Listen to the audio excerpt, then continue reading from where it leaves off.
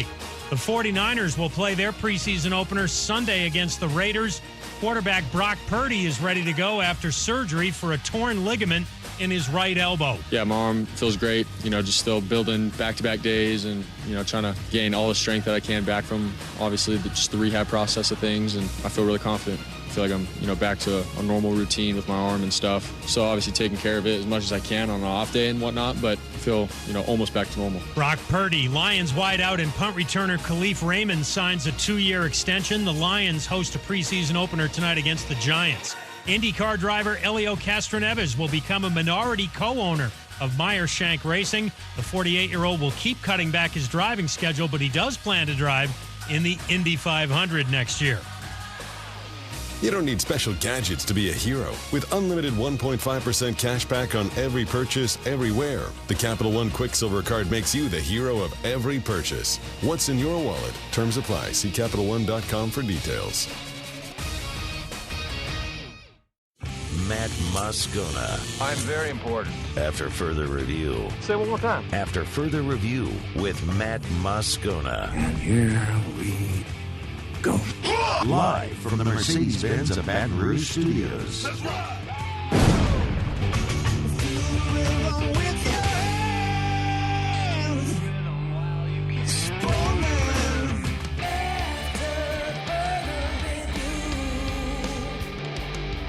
And off we go. Welcome aboard. Glad you're with us.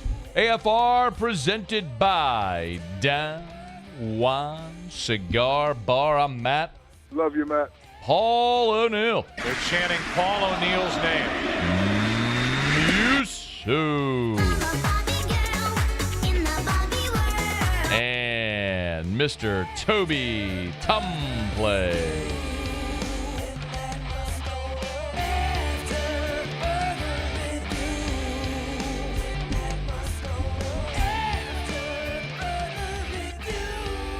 All right, we're here. Glad you are as well. Get out there and make it a good one. Tigers are back on the practice field. Saints practiced in the Dome. We got preseason Saints football this weekend and a ton to do, so let us begin exactly where we shall. It's time to pop the top on another edition of AFR with Bud Light. Drink easy. All right, let's get kicking, y'all. LSU was back on the practice field on a Friday. No media availability, although we did have LSU player access. So got to hear from Omar Speights and Noah Kane and Charles Turner. Defensive coordinator Matt House will speak to the media on Saturday, so we will have media availability on Saturday, so we'll look forward to that. I wanted to take a moment. Considering I'm not starting today with a practice report because we didn't have practice access. To talk about Omar Speights in particular, because earlier today, ESPN put together a list, and it's the top 50 transfers or freshmen, basically ranking the newcomers in college football this year. And you know how I feel. I hate lists. It's not about what order anybody's in. It's arbitrary. It's completely subjective, and it's stupid. It's just something that people do this time of year to get clicks and talk and conversation. So I'm not going to react or overreact to what order or number somebody's in. It's just a launching point to have this conversation. For example, they have Travis Hunter at Colorado number 1 on the list. Sam Hartman at Notre Dame number 2. Makes a lot of sense, right? Might well be. Leaving Wake Forest, going to Notre Dame should be the starting quarterback there for the Irish. Shadur Sanders, Deion Sun, number 3 on the list as well. For a lot of reasons, all that makes sense. Anyway, there are 3 LSU Tigers on the list. The first one listed is Omar Speights. They grade Omar Speights as the 7th most important newcomer in all of college football this year. By the way, it's not just Speights. The LSU guys on this list are all clustered together pretty closely. They have Zy Alexander just 3 spots later at number 10 on the list. Actually, Zy Alexander 1 spot ahead of Devin Leary at Kentucky. And the final LSU Tiger on the list is Denver Harris at number 13 on the list. Now, you want to talk about how insignificant lists are? Denver Harris is presently running 3rd team cornerback right now. Deuce Chestnut, who is by far been LSU's best defensive back in this fall camp, and is the guy who I would say is a no doubt lock to be a starter on one side against Florida State, isn't on this list yet. Two other cornerback transfers are. So again, make of the list what you will. That's not so much significant, as it was a launching point to think about which transfers this year for LSU were going to be the most impactful and play the biggest role. See, a year ago, this question was easy. Now, I might have been the only one answering it this way, but Brian Kelly didn't bring Jaden Daniels in a year ago for him to sit. They brought him in because they went through spring and realized, yeah, we probably need another guy. We're not content with the group we have. And so they went and got Jaden Daniels from Arizona State. I'll say it again. They didn't bring him here to sit. A lot of people were big Miles Brennan fans, and I get it. Waited his turn. It was a great story and all. You battled injuries. They knew what they had, okay? And then obviously when you lost Ricks and McLaughlin a year ago, bringing in Jark, Bernard Converse, and Mekhi Gardner and Cody Dickerson, a.k.a. Colby Richardson, all those guys, that was important. Brooks, Fouché, all the defensive backs last year were so important for a lot of reasons. This year, the fact that it's harder to identify who is probably the most important transfer on this team does really speak to, I think, the stability on this team. And it's got to be on the defensive side of the ball. And so you're really looking at any of three levels. You know, last year you rotated 3 interior linemen. Could you be looking at one of the interior tackles? Probably not, because you got Mason Smith and you got Mekhi Wingo and you got Jacoby and Guillory. You got some guys there that have played and have played well.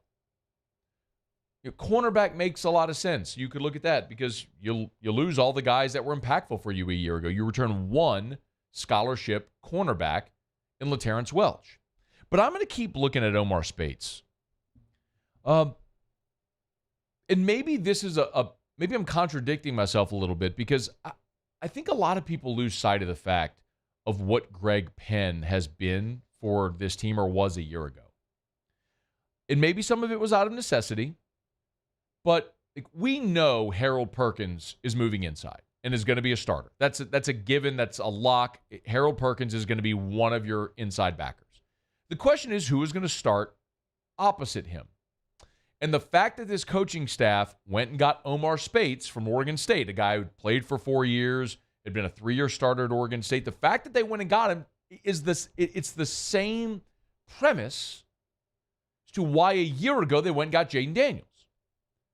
See, the point about Greg Penn, last year, Micah Baskerville was your stud. I mean, he made 100 tackles and was right there in the heart of your defense. But your other starter next to Baskerville a year ago was Greg Penn. Greg Penn started all 14 games a year ago. We lose sight of that because they did have a rotation. But Greg Penn started all 14 games a year ago. West Weeks backed him up and played some special teams. And you're bringing in Whit Weeks and Christian Braithwaite. I mean, you had some numbers there. But they felt like there was an opportunity to bring in a guy who's a true number 1 leader.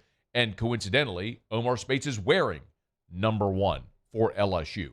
And fittingly, I do think he is the most important person among this transfer class.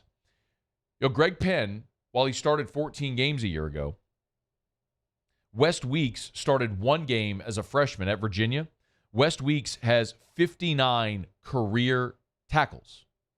In 2 seasons in college, 59 total tackles, West Weeks. When you look at Greg Penn, in his 14 games played,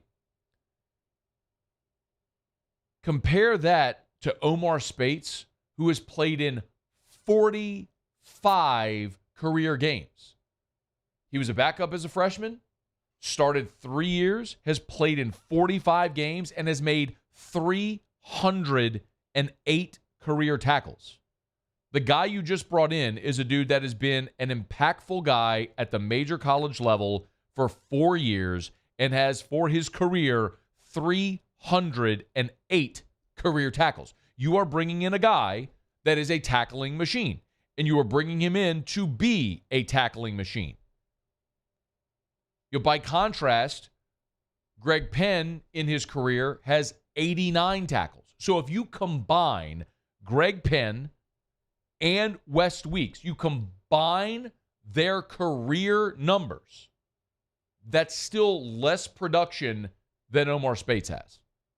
So, yeah. It's not just that they needed a body because they had bodies at that spot. They brought in a guy that was better than anybody they had at that spot. And so it made you better. It improved your defense at arguably the most important spot on the defense right there with your middle linebacker. The guy who's going to make all the calls and who's going to make 100 tackles and is going to eat up blocks to free up Harold Perkins to go be a freak show and pressure the quarterback and aid that secondary and be a leader and call all the defense and call out the offense and all the signals and the signs. Yes, I think Omar Speights is the most important transfer that LSU added this year.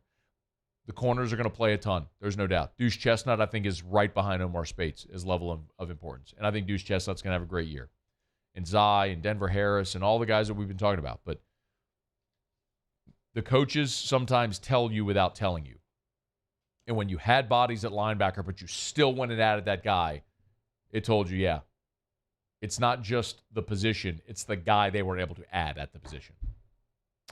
All right, y'all. It's after further review. Tigers will be back on the practice field on Saturday morning. Media does have access Saturday morning, and then we speak to Matt House. So sometime around noon, as you're getting your Saturday along, you'll be pop onto Twitter, and you'll start to see a lot of the flood of info from LSU practice tomorrow. Okay, it's after further review. We're glad you're with us. Of course, our show open every day is brought to you by Bud Light. As we mentioned yesterday, our friends over at Mockler Beverage, they do have a suite in the Superdome as the official beer, Bud Light, the official beer of both the LSU Tigers and of the New Orleans Saints. So they have a suite in the Superdome, and they are giving away 2 tickets to Garth Brooks at the Country Kickoff on September the 7th, in the Dome. So you can get tickets, 2 sweet tickets, by going to Mockler Beverage social media and see how you can enter. But wait, it gets better. My friends over at Mockler called me and said, Matt, we're going to do that giveaway with a pair of tickets in the suite, but we're going to give you 2 pair additionally to give away to your audience. So we're going to start this contest next week and run it all next week. I'll tell you this, is I want you to start getting creative. We'll go through all the full details and everything on Monday. But if you want to win the 2 sweet tickets to see Garth Brooks in the Dome on September the 7th, I mean, the Mockler suite, the Bud Light suite is like 50-yard line. I mean, it is prime.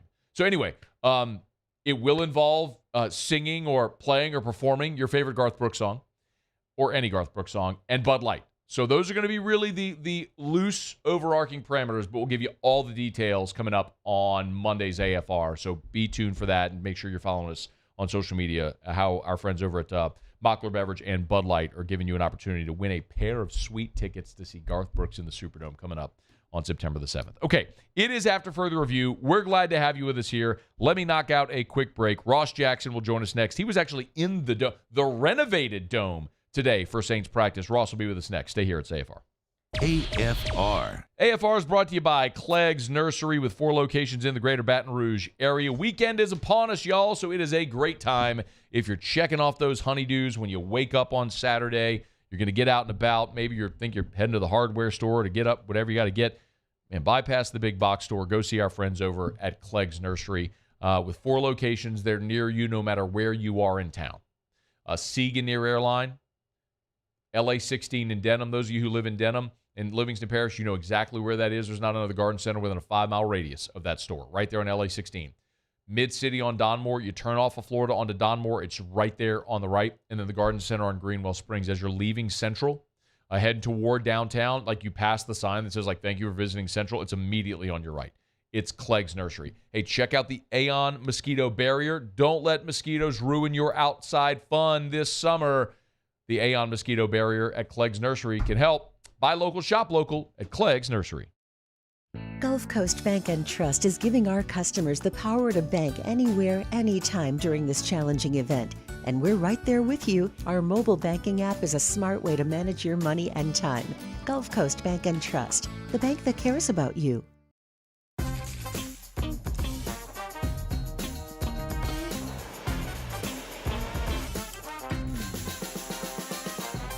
The best kept secret in town is out. Discover Tallulah at the Renaissance Hotel on Bluebonnet.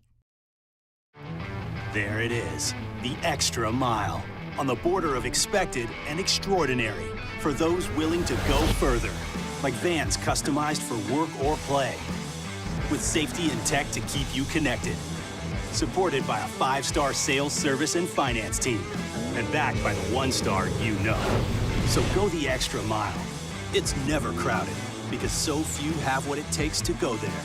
Mercedes-Benz Vans. Hey, what's up, y'all? It's that time again. It's heating up. Your boat's getting ready to come out and spend all summer on the water. It's time to take your boat to the next level with front-to-back boat service, where if you want an incredible custom speaker install, it's going to blow people away in the water, that's there for you. You want an HD sonar where you can see the fish under the water before you cast, beat all your friends, that's there for you at front-to-back boat service. So don't put it off. We got the parts in right now. Get them now before they go back on back order. Front-to-back boat service. I've been doing business with Luba for 25 years.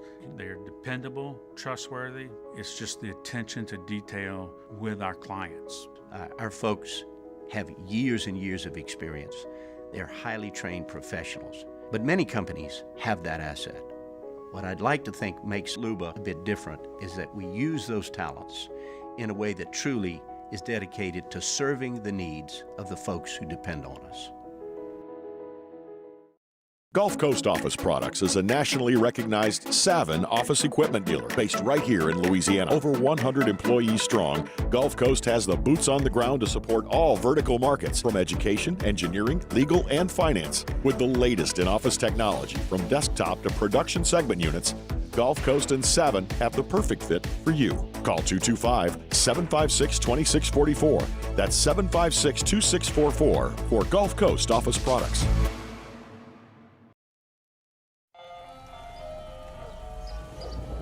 Hey there, little buddy. What's the matter? What's the matter? My windows, siding, and my door. That's what's the matter. Relief Windows can fix all that. I got you. Pop, pop. What's up? Oh my gosh, look! Curb appeal.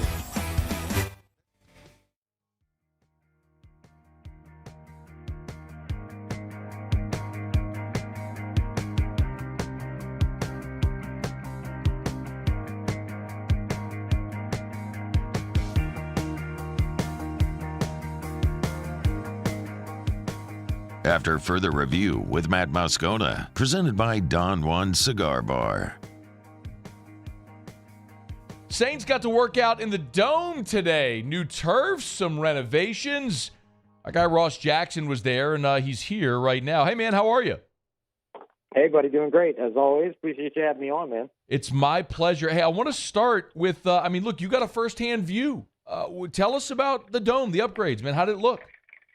Yeah, it was actually pretty sweet to see it all in person, because you see those concept photos and then you look at them and you kind of go, "There's no way." I mean, I've been looking at the same Superdome since I was 5 years old, and thinking to myself, oh, okay, well, these concept photos are exactly what they are, a concept, and then you actually walk through it like I did today, and it's pretty remarkable. They still have a ways left to go. I mean, the way that you would kind of look at it is kind of say half of it is done in terms of where they are in their progress, but then, the kind of phase 4 that they call it this year will be done about this time next year, ahead of when they will host that 2024-2025 Super Bowl later on in the season. And because of some of these renovations, they've actually already been able to submit for future Super Bowls as well. So we may be looking at another Super Bowl pretty soon after, or at least at some point have some news about, more than just the 2024-2025 year. And tell me what was most notable, when you walked in and that caught your eye the most about the renovations. Yeah, I think the biggest thing for me was the kind of atrium area that they have up there now. There's kind of what used to be the Bienville Club side, and it's completely open. I mean, and it's general admission. It's all for the general folks. This is not just a club for folks that are there in the suites and stuff like that. But it looks just like it would be a club at another, stadium and stuff like that. So what was really cool was standing on what was effectively one side of the Superdome and being able to look across where there's all these escalators and stuff like that now. It's where you can actually see the scoreboard from inside the bowl, which is pretty cool. So, so I love just sort of the open nature of it and now how easy it is to get from one level to another with all the new escalators in there. I know that's probably only really going to affect the people who attend the games or attend events in the Dome, but still it's worth, as you mentioned, notable because with a lot of these upgrades to the Dome, it makes you more eligible, more appealing for Super Bowls and other events like that. So that's cool. We're looking forward to getting a first-hand view of that Sunday when the Saints and the Chiefs play. I'll come back to Sunday in a second, but let's stay on today's practice. I know it was in the Dome. What did they do? How did they sort of structure practice today in the Dome?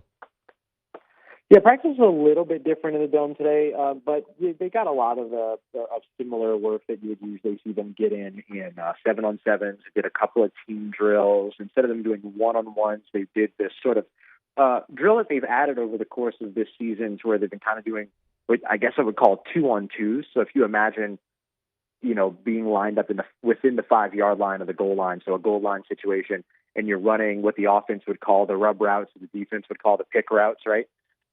They're doing a lot of that work to where they're using those wide receivers in tandem with the quarterback. And so I think that's been an interesting thing to watch them do that, as well as the usual, field goal, special teams drills, things like that. So not a ton change. I think the big things that just sort of shifted were that they got quickly into those team drills. And then when they did the team drills, they did them in sort of these in-game situations to continue working on some situational football. Ross, I know the first depth chart was the first sort of unofficial depth chart was released. Anything stand out heading into this first preseason game on that depth chart? Yeah, there wasn't a lot that was surprising there, but I think the one thing that really, really stood out and I think spoke pretty loudly was the left guard position where it said James Hurst or Andrus Peat. Not Andrus Peat or James Hurst, not Andrus Peat. It said James Hurst or Andrus Peat. And some of that might have had to do with the fact that, look, Andrus Peat's dealing with his injury right now, and they were kind of aware that that was going to be the case, perhaps, things like that. But I do think that even just from an eye test view of watching these guys, throughout training camp so far, I think James Hurst has done a great job at left guard. And so I wouldn't be surprised if maybe that's a little bit more of a competition or conversation than maybe folks realize going into training camp. Is it more surprising to see the or at left guard or to see Trevor Penning alone there as the starter at left tackle this early in camp? Yeah, no, it's a great question. I think it was more surprising for me to see the or at left guard than it was to see Trevor Penning as the starter. I think that Trevor Penning being the starter was kind of in the cards going into the regular season one way or another. And I think some of that has to do with the investment that they have in him. I think some of it probably also has to do with the fact that who would start in place of Trevor Penning other than James Hurst. But if James Hurst is now all of a sudden in competition at left guard, it kind of complicates not starting Trevor Penning at left tackle. So I think that the Saints have an express sort of intent on getting Trevor Penning ready to be their starter at left tackle, and I think that he's on pace to do that. There's I know our friends over at New Orleans Football posted a video of Penning and Ramchick working together, like on sort of a kick slide type thing. Do you sense that, Ross, being out there every day, that the veterans are sort of open to helping the younger guys come along? Like, is there that level of team commitment, continuity already? Yeah, 100%. And it goes at every position. But I'll use the offensive line as an example. Actually, Ryan Ramchick spoke to us and New Orleans media just a couple of days ago, and he talked about him working with Trevor Penning and working on kind of the finer tunes of playing the offensive line position, the fundamentals, footwork, hand placement, things like that. So we see that from him. We see the wide receivers all working together a ton. We see Alvin Kamara constantly working with Kendre Miller. We watch Tyrann Mathieu constantly working with younger safeties like Jordan Howden, who had an interception today, by the way. Derek Carr's first interception in team drills all off season, and it was the rookie Jordan Howden that picked him off in the back of the end zone. So you're seeing a lot of the rookies and veterans working together, but now you're also seeing it work for the younger guys, and you're seeing it translate out onto the field. Ross Jackson is with us, of course, from Locked On Saints. He's on Twitter at Ross Jackson Nola. If I asked you, Key, sort of a what to watch Sunday in the Dome, Saints Chiefs, What are your few bullet points that you're highlighting? Yeah, I think you're going to be seeing the starters for this game. You're going to see the starters for Kansas City and the starters for New Orleans. So with that being the case, it gives you the first little bit of a taste of what the new look New Orleans Saints offense will look like. And on the opposite side of that, how their kind of revamped defense looks as well, especially on the defensive interior. So you're going to be able to have some actual takeaways from a preseason game about how things are shaping up early on for the offense. Now, it's not going to be end-all, be-all, or rather for the starters. It's not end-all, be-all, of course, but it will give you at least something to take away there.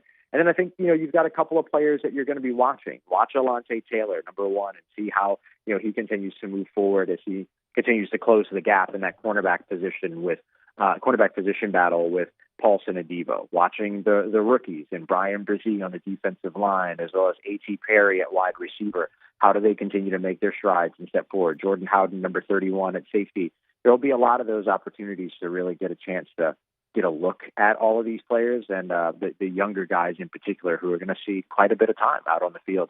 And the last thing that I'll mention, too, is it's going to be interesting to see how much Trevor Penning plays. Does he play with the first team and the second team?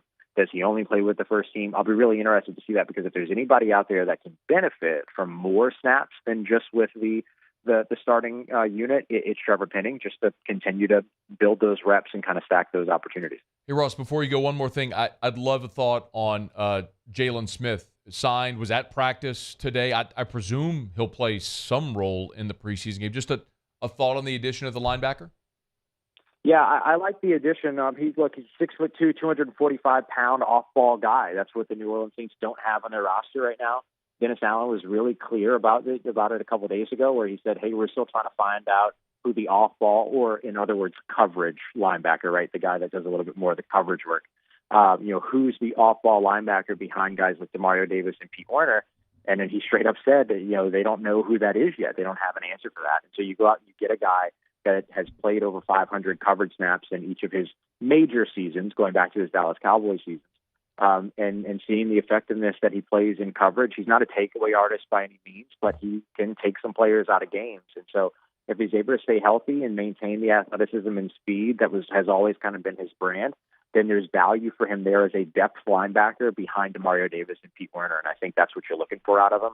I don't know that we'll see him this Sunday, but I would be completely assured that we would see him next weekend. I think Dennis Allen said that they will have him ready for an emergency role this weekend, though. He is Ross Jackson, again on Twitter at Ross Jackson Nola. Make sure you're subscribed up to Locked On Saints, however you get your podcast. Always appreciate it, man. Thank you. Absolute pleasure, buddy. Take care, stay safe, and I'll talk to you soon. Always our pleasure. That is Ross Jackson from Locked On Saints. Make sure you're subscribed up to the podcast. Big one. Preseason starts this weekend. We'll start to get some of those answers. I admit it. I get not everybody loves preseason. I do. I'm a total nerd. I nerd out on figuring out roster spot 51, 52, 53. Because so often we talk about no team ever goes through a season without injury. Depth matters. You're in the middle of a game and God forbid Marshawn Lattimore goes down. What do you do? Who's the corner that steps in?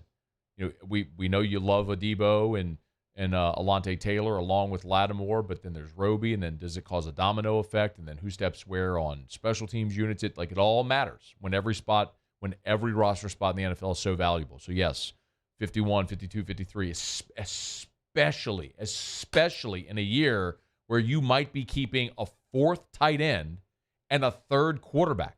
That's effectively two roster spots for guys that normally don't have an excess at those positions. So yes, this year maybe even more so than most. Hey, if you want to wager on Sunday's game, tonight's preseason games, any NFL preseason, regular season, futures bet, college football, Major League Baseball, you know what to do.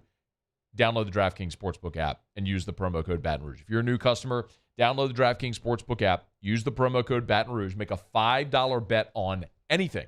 Just make a $5 bet, and they will instantly give you $150 in bonus bets. That's at the DraftKings Sportsbook. It's so easy. Pull out your smartphone, go to the App Store, search DraftKings Sportsbook, download the DraftKings Sportsbook app, sign up, use the promo code Baton Rouge. When you do, one word, Baton Rouge, make a $5 bet on anything. They'll give you $150 in bonus bets instantly. That's only at the DraftKings Sportsbook, and everybody can capitalize on same-game parlays. You You got to opt in. You'll see there's a little tab at the top. You just slide the tab to opt in, and then you'll get those stepped-up same-game parlays. The more legs you add, the more money you can win at the DraftKings Sportsbook. Use the promo code Baton Rouge at the DraftKings Sportsbook. 21 and older, physically present in Louisiana. Select pairs only. Bonus bets expire 7 days after issuance. Eligibility and deposit restrictions apply. Terms at sportsbook.draftkings.com/baseball terms. Licensing partner Golden Nugget Lake Charles. Gambling problem? Call 1-800-GAMBLER. 1-800-426-2537. All right, y'all. It is after further review. Regret to inform you, no Terrio today. Talked to him a bit ago. Wasn't feeling well today, so Terrio's going to sit this one out. Ross Dellenger in 30 minutes. Ross has done a great job. Ross now with Yahoo, by the way. Yahoo Sports. Left SI and is now lead college football writer over at Yahoo, or reporter over at Yahoo. So we'll talk to Delly about what's going to happen here with the Pac-4 and the remaining realignment stuff. So we'll get to that. And then Justin Vincent, 1 hour from right now, former Tiger great. Excited to have JV on the show. I mean, we've talked about it a bunch. LSU's got 8 scholarship backs. Is that too many? How do you figure it out? How do you accept roles? All that sort of stuff. JV's been in running back rooms before that were deep and talented. You had to find your spot. So excited to talk to a former national championship game MVP, Justin Vincent, 1 hour from right now. Let me knock out a break. We'll come back. We'll go around the SEC. And Oklahoma is already starting to work on its future SEC schedules. I'll tell you what's up there when we return. It's AFR. AFR. Brought to you by the Watermark Hotel and the Renaissance Hotel. Hey, remember, Best Dress Ball is coming up on Saturday, tomorrow. If you're going to be in downtown Baton Rouge for Best Dress Ball, make sure you stop into the Watermark. Okay, you've heard me talk about the Watermark for months and months and months and months now. It's gorgeous. It is Baton Rouge's premier hotel property, the original Louisiana National Bank building. They did such a beautiful job of maintaining so much of the history of that building, and you notice it the second you walk in. It feels like an historic building that's been modernized, which is exactly what they've done. The Gregory, the restaurant that I tell you all the time, right there in the lobby. The lobby bar is there as well, and that's what I would really suggest. If you're going to Best Dressed, pop on into the Watermark before you head over to the River Center, have a glass of wine, have a fine premium cocktail, enjoy the passersby there in downtown Baton Rouge. You can get the smell of that charcoal oven indoor wafting through the Gregory. It's awesome. It's the Watermark Hotel in downtown Baton Rouge. At Corvell Toyota in Opelousas, you can lease a new Toyota 4Runner for $489 per month. That's right, you can get a brand new Toyota 4Runner for only $489 per month. So come on down to Happy Town. That's Corvell Toyota in Opelousas, Happy Town, USA. Officially, it's a fridge full of beer. Unofficially, it's free AC. Coors Light, the official beer of everything unofficial. When it comes to ending cancer, we push forward, always working together for you. That's why our cancer experts at Ochsner have clinically integrated with MD Anderson Cancer Center. This means advanced cancer care, including access to life-saving clinical trials and integrating care to treat the whole you. Introducing Ochsner MD Anderson Cancer Center. Long live you. Make this summer your backyard party year with Chris's Specialty Foods. Wings, burgers, brisket, steak, and boudin, plus great Cajun side dishes. We do all the prep, and you enjoy laughing with friends and family. Chris's Specialty Foods, Millerville, New Orleans, Prairieville, and Frisco. Everybody loves Chris's authentic Cajun meat.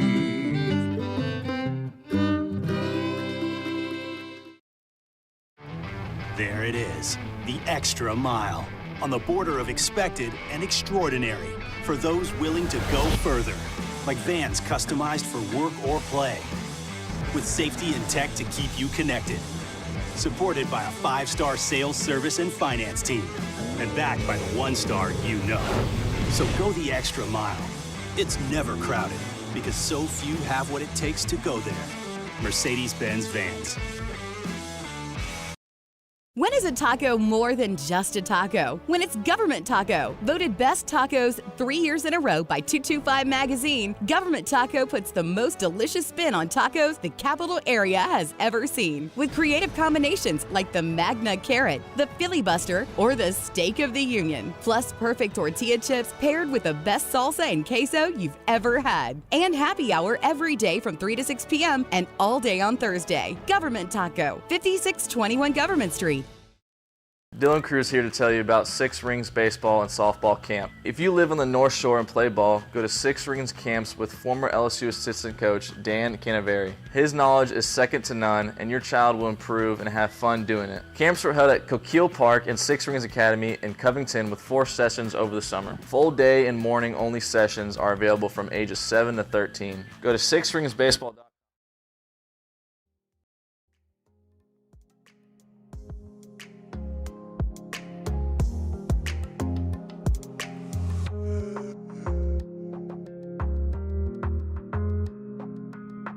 After further review with Matt Moscona, presented by Don Juan Cigar Bar. What was that? I don't know. It's just part of the song. That's pretty good. Is that that I did it or his? Yeah. The imitation? Yeah, the imitation. There it goes again. I didn't know any better. I'd say that was you on the song.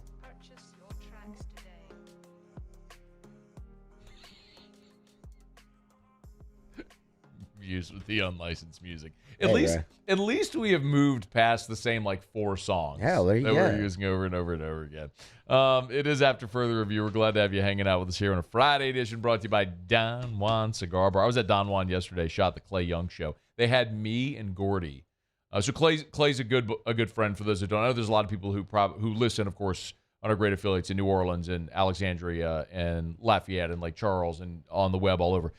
Clay's a great friend, longtime media guy, has a media agency as well, and has a TV show that airs weekly in the greater Baton Rouge area. And so Clay he told me that he wanted me to come talk about football, like the preseason sort of show and all, which is fine. It's sort of a general interest show, right? Like all top news, sports, politics, everything. But I didn't know Gordy was going to be there. So I walk into Don Juan and Gordy's sitting there as well. I'm like, yeah, God, why are you here? Well, the whole show was me and Gordy on it together. So I think its first airing was this morning. Check your listings if you'd like to see it. I'm sure he posted online as well. But Gordy and I took shots at each other, and then basically we teamed up to just yard sale the whole show. There you go. Yeah, Clay knew what he was getting into. Well, yeah, certainly. And Clay is a Louisiana-born 49er fan. So I treat Clay like I do our friend Cliff Nelson. Of course, oh, sure, you're a Celtics fan and a Yankees fan and a New York Rangers fan. I'm probably a lifelong Georgia football fan. I love right? the Bulldogs. No doubt. Clay, yeah, I'm sure. Yeah. Duke basketball. Loves Duke basketball. In the 70s was a giant John Wooden fan, no doubt. Anyway, but yeah, Clay, 49ers. How are you from Louisiana and you're a 49er fan? You're a front runner. That's all there is to it. Like, you grew up when the Niners were really good, the Saints stunk, and so you decided to cheer for the winner. You're a front runner. That's all you are. And so Gordy and I teed off on Clay for the Niners. That's what we did. It was worth watching if you get a shot. Okay, it's After Further Review. LSU basketball wrapped up their tour there in Atlantis.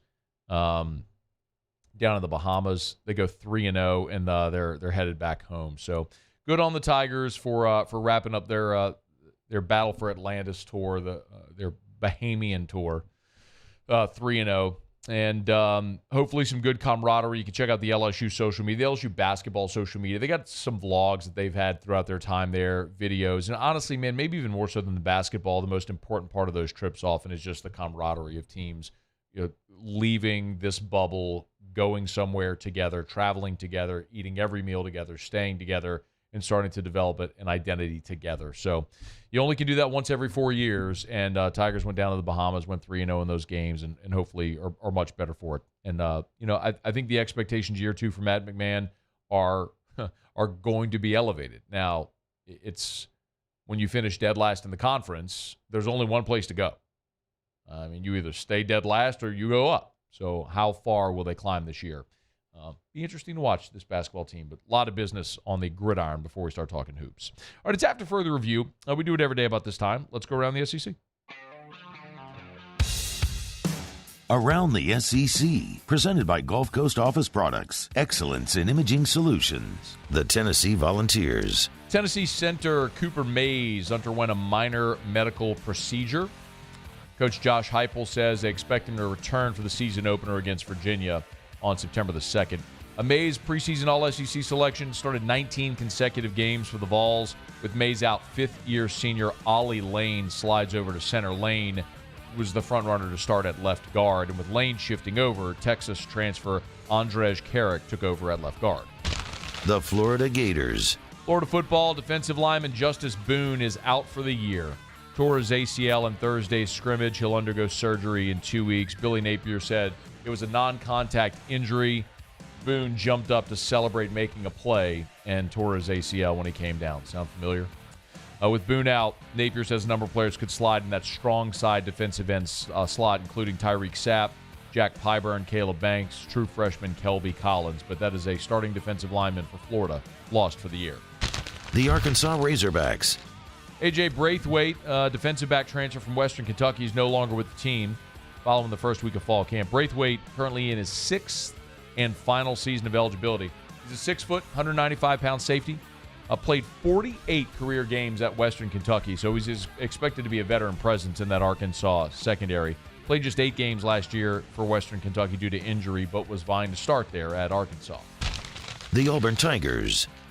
And former Auburn defensive coordinator Derek Mason has announced on social media he's got a new gig.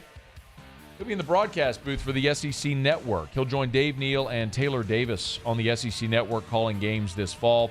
Of course, Mason's last season coaching in college was a year ago at Oklahoma State as the defensive coordinator. Spent 1 year at Auburn. Prior to that, he was Vanderbilt's head coach from 2014 through 2020. Okay, there you have it. That is Around the SEC presented by Gulf Coast Office Products. Shout out to our guy Trey Beal and our friends Gulf Coast Office Products online at gcopnet.com, gcopnet.com for Gulf Coast Office Products. Tell you every day, face-to-face sales, service after the sale, that's what you get at Gulf Coast Office Products. Man, if you live in Baton Rouge, New Orleans, North Shore, Lafayette, anywhere along the coast, they can get you same day or worst case scenario, 10 a.m. the next day. Service after the sale is where they thrive. It's Gulf Coast Office Products. GCOPnet.com. Derek Mason's Twitter post about joining the SEC Network read, I'm truly excited to be part of the SEC Network family. Dave Neal and Taylor Davis are gifted broadcast personalities who will mentor this veteran coach in his new digs. Coming soon this fall on Saturdays near you.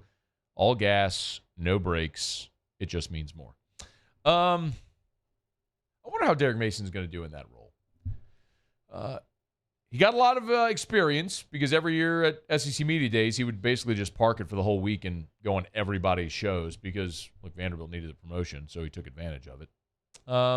Thoughts on how Derek Mason will do? Interested? I'm definitely interested. Derek Mason's never really struck me as a guy full of personality. Now, granted, I haven't had that much interaction with him. Like I didn't see him at SEC Media Days all those times. I don't know. It just from post game interviews to things like that, and I get that's a different setting. Obviously, it just he never really struck me as like Mr. Personality. He did work his way into our show open. When you listen to the AFR Open and you hear the Let's Ride at the end, that's Derek Mason. He can be fiery now. Go look at some of his Vanderbilt halftime speeches. That's where they came from. The Let's Ride. That is Derek Mason. So I more than anything, I think it's always interesting when you have a recently retired coach or player in the booth. This is why Tony Romo's transition was so easy and seamless, because he had just come off of a career where he was watching a ton of film, where he knew all of the coaches. He knew all of the players in the league. It was easy for him to, when he was predicting play calls and whatnot, that's what everybody got enamored with. Well, that was his familiarity with everything. Well, continuing study and education is how you continue to remain great at that. So I would say the same for Derek Mason. I think because he's so recently out of the game, I think he's going to do very well in an analyst role. It's just odd because normally the transition isn't to the booth, it's to the studio, like what Sean Payton did. Yeah. That's typically the first transition. So, yeah, I'll be curious to see, man. I mean, I'm sure there'll be the 11 a.m. SEC Network game, and LSU's playing Mississippi State week 3 in Starkville at 11 a.m. on the SEC Network. So we'll get to hear Derek Mason call LSU's first conference game this year, I would presume. All right, it's after further review Glad to have you hanging out with us here. We'll knock out a quick break, wrap up hour number 1 next. Stay here. It's AFR. AFR. Get Gordon. Get it done. Gordon McKernan Injury Attorneys. Again, online at getgordon.com. Tell you that all the time. Getgordon.com. You can always give them a buzz as well if you'd rather call than log on. You can call 888-8888. That's 888-8888. Or go to getgordon.com. Remember, Gordon's newest promotion out there is you can design Gordon's next billboard campaign. So all you have to do is go to getgordonbillboards.com. That's getgordonbillboards.com. And you can see all the info. You can win up to $2,000 in prizes from Gordon McKernan Injury Attorneys. All you got to do is make sure that you have Gordon in there, the logo, and get all the details at the website. But you can win up to $2,000 in prizes, and your billboard could be out there in the public for everybody to see. So log on. Again, getgordonbillboards.com. Getgordonbillboards.com. Get Gordon and get it done. I'm Chris Nakamoto, and here's what I'm working on for my stories on WBRZ Channel 2 tonight. A week after the WBRZ investigative unit showed you shocking video of a West Baton Rouge Reserve deputy opening fire on a fleeing car, we've learned 2 respected law enforcement officers were hired to review the case. The investigation will determine if the reserve officer broke the law by firing a weapon into the back of that fleeing car. I'm Chris Nakamoto from WBRZ. Watch more tonight on WBRZ Channel 2.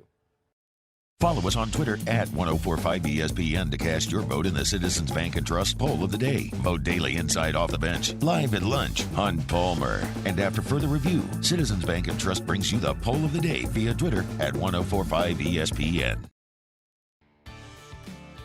Bayou Chrysler Dodge Jeep Ram has $12,000 off MSRP on new 23 Ram 1500 trucks. All with Bayou's 1 million mile warranty. The crew at Bayou Automotive is going to do right by you.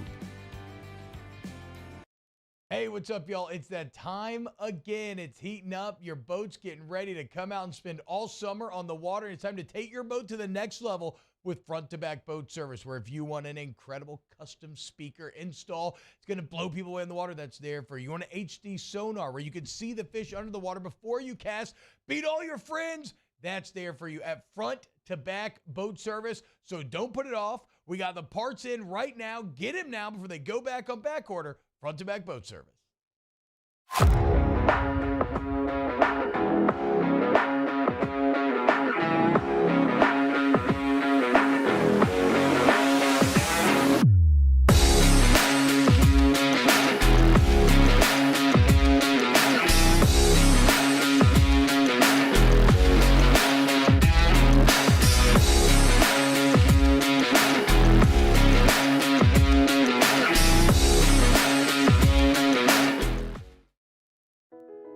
I've been doing business with Luba for 25 years. They're dependable, trustworthy. It's just the attention to detail with our clients. Our folks have years and years of experience. They're highly trained professionals. But many companies have that asset. What I'd like to think makes Luba a bit different is that we use those talents in a way that truly is dedicated to serving the needs of the folks who depend on us.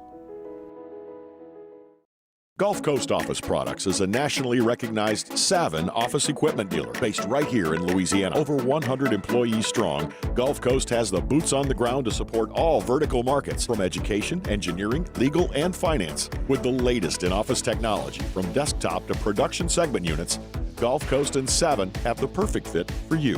Call 225-756-2644. That's 756-2644.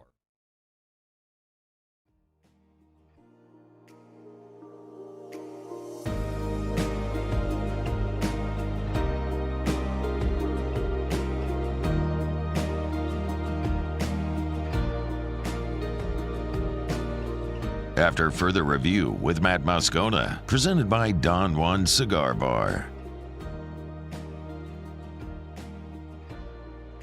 Muse, this is not the vibe we want on a Friday.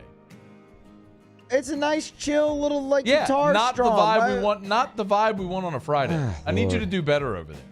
Paul, do you give me your thoughts on this, Paulie? This makes me want to go to sleep.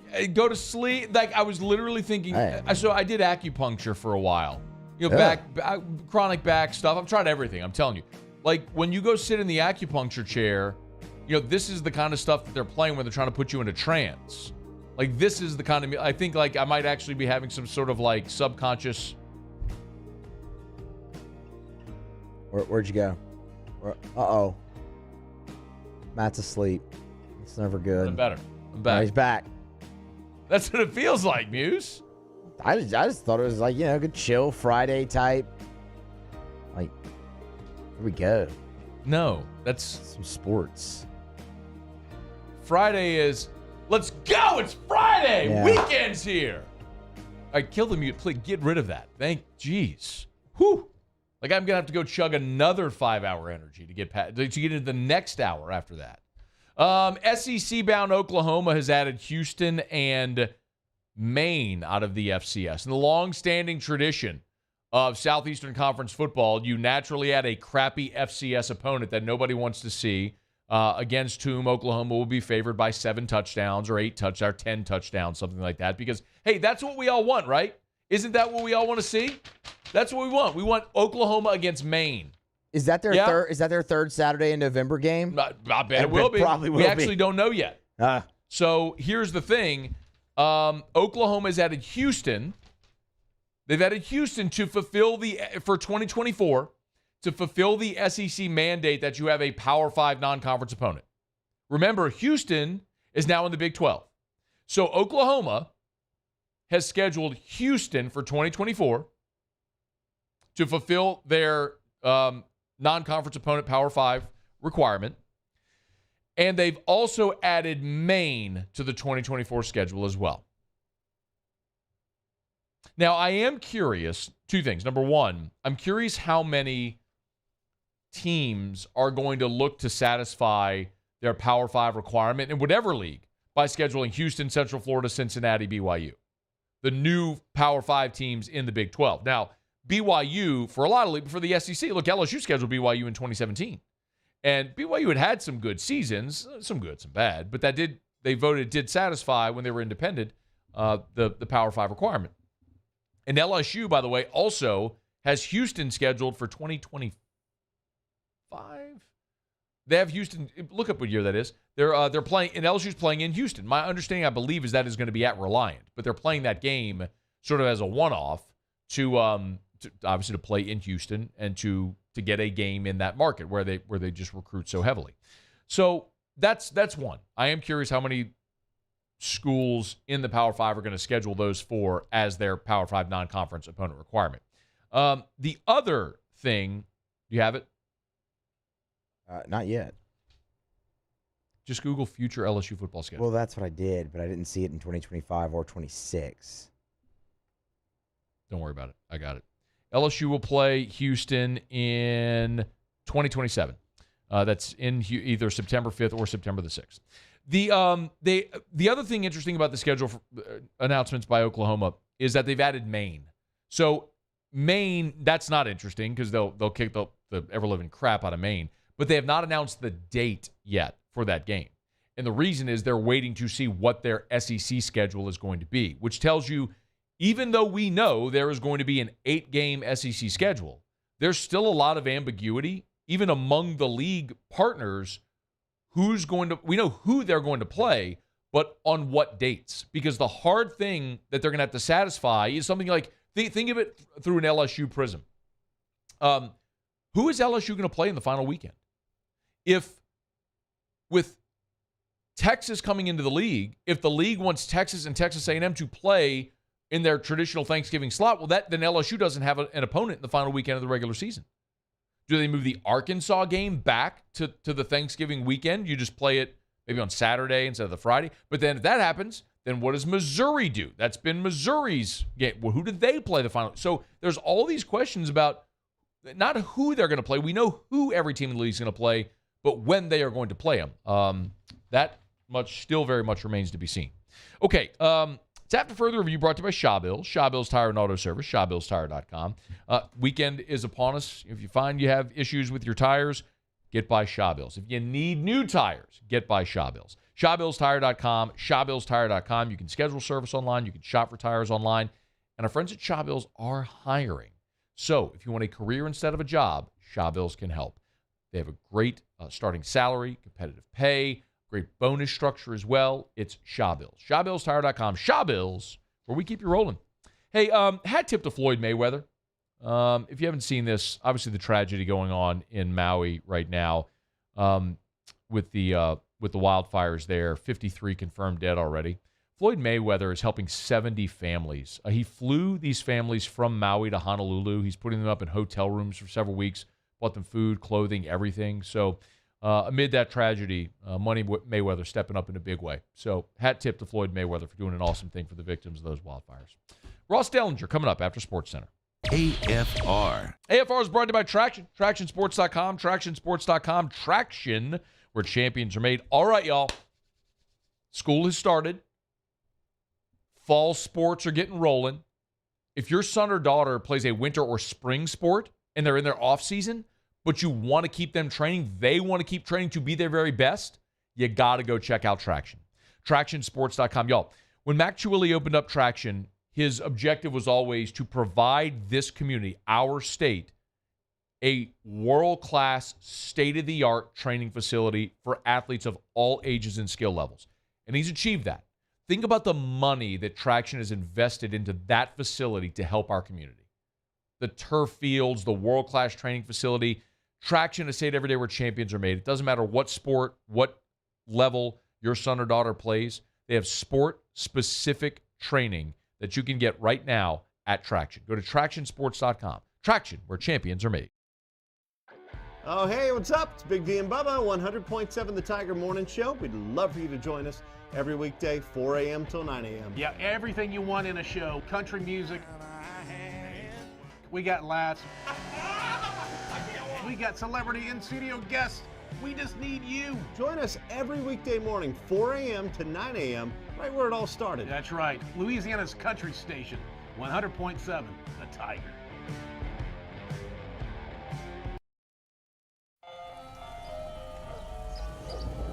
Hey there, little buddy. What's the matter? What's the matter? My windows, siding, and my door. That's what's the matter. Relief Windows can fix all that. I got you. Pop, pop. What's up? Oh my gosh, look! Curb appeal. That's a good-looking neighborhood. ReliefWindows.com. There it is, the extra mile, on the border of expected and extraordinary, for those willing to go further, like vans customized for work or play, with safety and tech to keep you connected, supported by a 5-star sales, service, and finance team, and backed by the 1-star you know. So go the extra mile. It's never crowded, because so few have what it takes to go there. Mercedes-Benz Vans. When is a taco more than just a taco? When it's Government Taco. Voted best tacos 3 years in a row by 225 Magazine, Government Taco puts the most delicious spin on tacos the capital area has ever seen. With creative combinations like the Magna Carrot, the Filibuster, or the Steak of the Union. Plus perfect tortilla chips paired with the best salsa and queso you've ever had. And happy hour every day from 3 to 6 p.m. and all day on Thursday. Government Taco, 5621 Government Street. Dylan Cruz here to tell you about Six Rings Baseball and Softball Camp. If you live on the North Shore and play ball, go to Six Rings Camps with former LSU assistant coach Dan Canaveri. His knowledge is second to none, and your child will improve and have fun doing it. Camps were held at Coquille Park and Six Rings Academy in Covington with 4 sessions over the summer. Full day and morning only sessions are available from ages 7 to 13. Go to sixringsbaseball.com or call 985-206-9096. Learn the game to love the game. I've been doing business with Luba for 25 years. They're dependable, trustworthy. It's just the attention to detail with our clients. Our folks have years and years of experience. They're highly trained professionals. But many companies have that asset. What I'd like to think makes Luba a bit different is that we use those talents in a way that truly is dedicated to serving the needs of the folks who depend on us.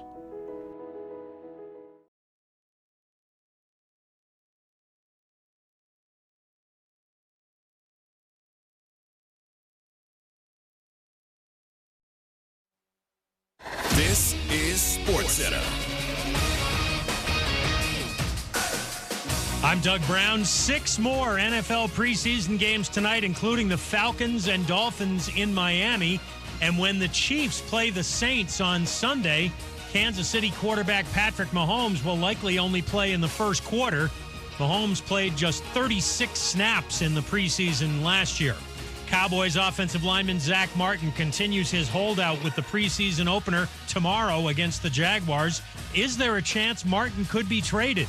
ESPN's Dan Graziano. Anytime you have a player who's publicly disgruntled, who's not at camp, I'm sure teams call all the time, hey, are you thinking about moving this guy? My understanding is the Cowboys' answer right now is no. Could that change? Crazy things happen. But I think right now their plan is to wait for him to come back, and they think he will. Dan Graziano on Greeny. Phillies first baseman Bryce Harper out for tonight's game against the Twins with back spasms, says he shouldn't be out long.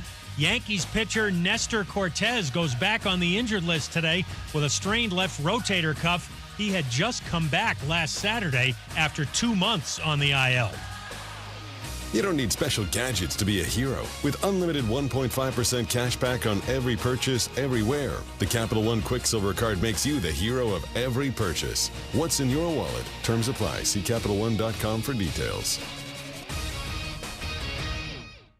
Matt Moscona. I'm very important. After further review. Say it one more time. After further review with Matt Moscona. And here we go. Live from the Mercedes-Benz of Baton Rouge Studios. Let's ride.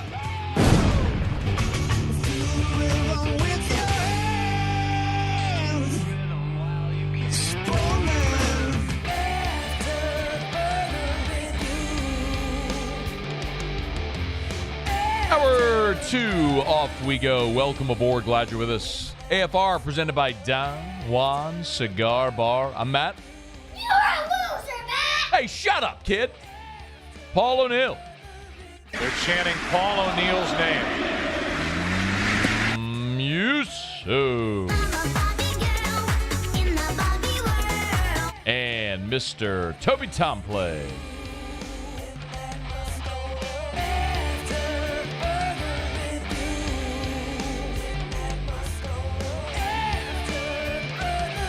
All right, we're here. Glad you are as well. Get out there, make it a good one. Terrio is under the weather. Apologies, no Riot Radio hour today. We roll along. Justin Vincent, bottom of this hour. We'll talk some LSU running backs. Ross Dellenger, a buddy from Yahoo Sports, doing a great job reporting on all things conference realignment. I know it's been a busy couple of weeks, but good enough to squeeze us in here for a couple of minutes. Delly, how are you, man? Good, Matt. How you doing? Really well. I know you have a recent piece up here with the latest of everything going on with the Pac-12 and what their remaining options are. Can we walk through each of those? And if I could just start with, what is the realistic possibility that the Big 12 or the Pac-12, actually survives by adding new members? Yeah, so let's go through them. That's option one, right? Is for the Pac-12 schools, remaining schools, to add anywhere from 2 to 4 to 6 members in rebuild, and maybe eventually get back to 12. I think the theory is you'd add 2 to 4 this year, for next year. The problem is those teams that you add to start next season would likely have to come from another conference outside of the Mountain West, because the Mountain West teams, where geographically it would make sense to add, they have a $34 million buyout. Each team does. So you'd have to go other places. The natural place is the westernmost American teams in Texas, the SMUs, the UTSAs, Rice, maybe, even down to Tulane. And that's the theory, is that you go there and you patch it up and you'd add them for next season. And then the next season, when the Mountain West exit fee drops, you'd add a few Mountain West teams, right? The problem with that option, and there are a lot of them, is number one, the Pac-12 has to lure these teams over, right? And they don't have a TV deal. Not only that, they have a bunch of legal issues. They have 2 lawsuits they're juggling. They've got a $50 to $70 million bill they owe Comcast. They have a commissioner that let's just be honest, probably isn't going to be a long-term option. Yeah. So there are a lot of issues. So that's option one. Option two would be very easy. It would be the 4 schools, Stanford, Cal, Oregon State, and Washington State, or at least maybe 3 of the 4, joining the Mountain West. And then you would just have 9 FBS conferences. Basically, you'd be down a league. Stanford would go independent, or maybe would have their Olympic sports compete in the WCC or the Mountain West, but football, they probably would be independent, or maybe they would go too. I kind of would doubt that. I think they would more go independent. Option 3 would be merging the Mountain West and the Pac-12 in a way to keep the Pac-12 brand, like to keep the conference name, the logo, all that stuff. And you just merge the two, and it'd be a 15-team conference called the Pac-12. Again, problems with that, though, too, right? You'd have to dissolve the Mountain West. Basically, you have enough votes to dissolve the league, then you merge. And then even if you keep the brand of the Pac-12, you're not going to keep the A5 status. You're not going to keep the Power 5 status. So you're going to lose CFP revenue distribution that goes, a significant portion of which goes to the Power 5. So those are probably the 3 most likely options.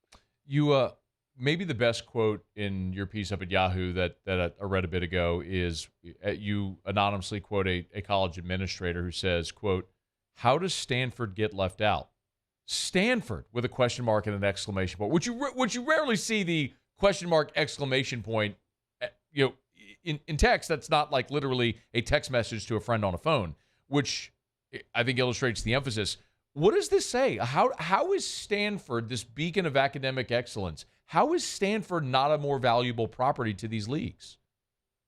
Yeah, it's quite amazing. And honestly, I'll be honest, when I started researching Stanford's success athletically and academically in the world of Olympic sports, I was shocked myself.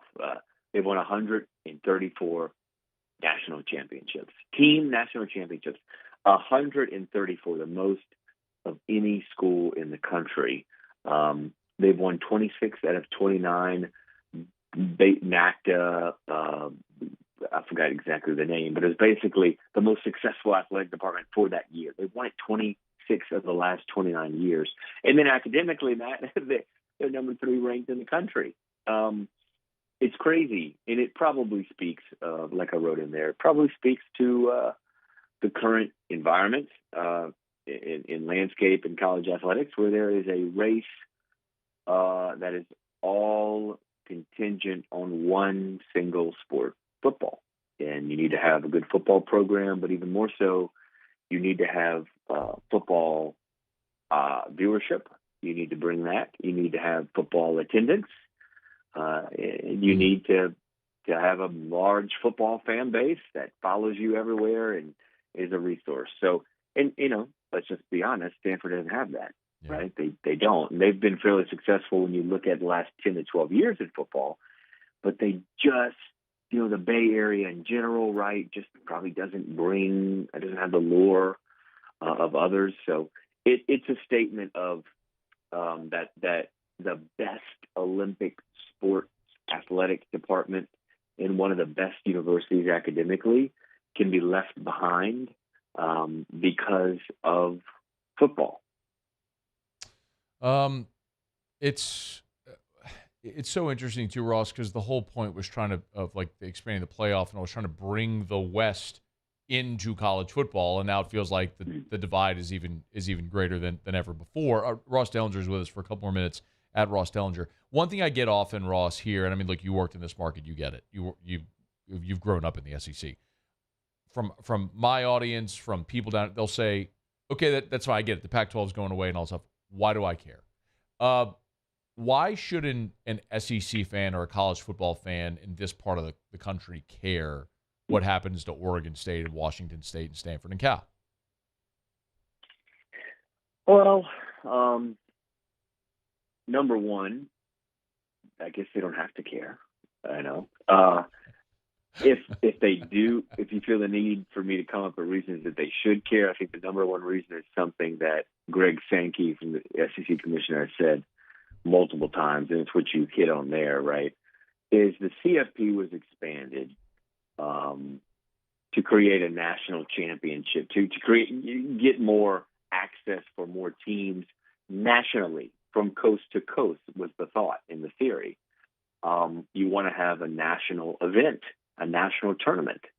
Part of our part of our fabric in America is that we are all so very different.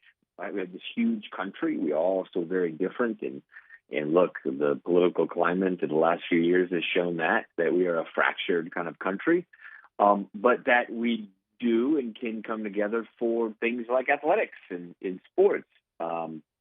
And to have, even before the Pac-12 basically dissolved, Matt, you didn't have a Pac-12 team in the playoff for the last 6 years.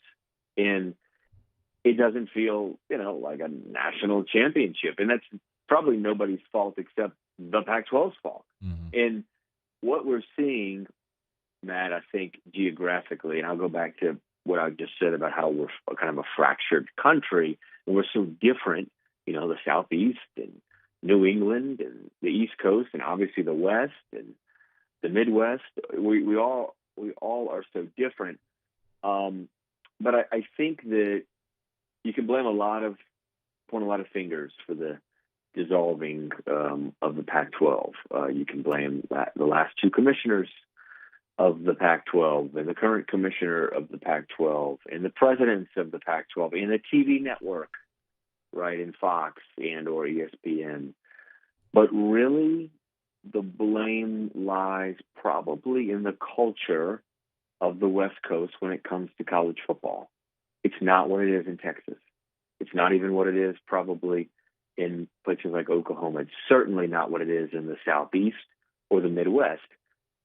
And if you don't care about football to this degree, right, and others do, you're going to just get outpaced, right? You're going to get outpaced from ticket sales. You're going to get outpaced from viewership. And that's kind of what, sadly, right, what we're seeing is happening.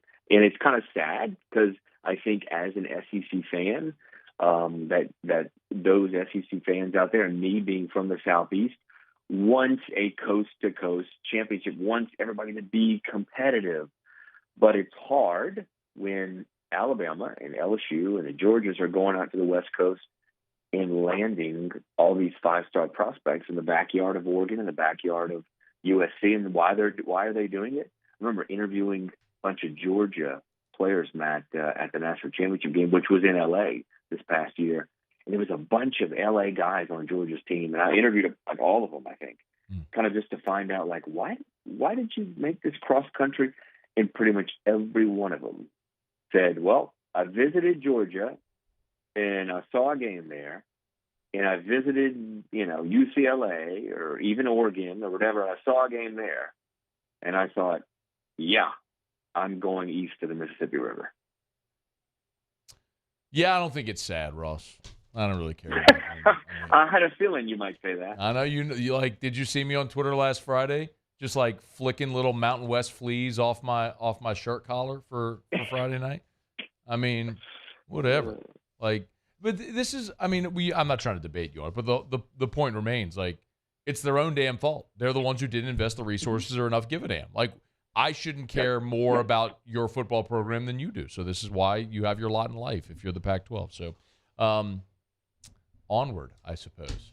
He is Ross Dellenger on Twitter at Ross Dellenger. Doing great stuff over there at Yahoo Sports. Got the latest on everything going on out west. And also, I know you've done reporting on the latest with the ACC as well. So make sure you catch Ross's stuff over there at Yahoo. Thank you, Ross. We appreciate it, man. Have a great weekend. All right, man. Good to see you. Be well. Yeah, look, everybody knows. Ross knows. He and I have been over this many times. I am a college football elitist. I am. Guilty as charged, and I'm fine with that.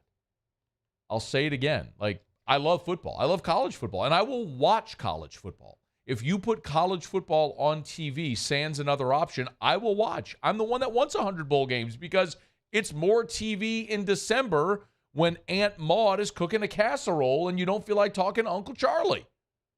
Give me football. Okay, it's football. But when we talk about the level of entitlement with respect to winning championships and like, it's different. We all know it's different. Okay. Appreciate Ross for a couple of minutes. Let me knock out a quick break. Justin Vincent with us in 15 minutes from right now. I want to talk to JV about LSU's running back room. 8 scholarship running backs. How do they sort it out? JV's been in similar situations before, so we'll get to that with Justin Vincent at the bottom of this hour. Let me knock out a break. We'll come back. The New Orleans Saints made a roster move today. We'll let you hear from Dennis Allen and a couple of Saints players. They're getting ready for their first preseason game on Sunday in the Dome against the defending champs. Stay with us here. It's AFR. AFR. Do you know there was a recent survey of Americans about the most stressful things in life? The number one answer was moving. More than divorce, more than getting married, more than having a baby. The most stressful experience in life, moving. If you want to have a stress-free moving experience, sell your home fast for the most amount of money, you need Darren James. 335-7666, 335-7666. First, that's Darren's cell. Call him, text. Call or text that number right now. Darren James will reply to you instantly. That's Darren's cell. 335-7666 or agent225.com. There's a reason he's on the Wall Street Journal's list of the top 1,000 realtors in America. Because he's the best. You need to sell your home. You need Darren James. Agent225.com. Think real estate. Think Darren James. Bayou Ford has $8,000 off MSRP, plus 1.9% financing on new 23 Ford F-150 XLT trucks, along with Bayou Ford's 1 million-mile warranty. The crew at Bayou Ford is going to do right by you. Hello, Samantha, dear, I hope you're feeling fine. And it won't be long until I'm with you all the time. But until then, I spend my money up right down on my last dime. Come on, live Baton Rouge.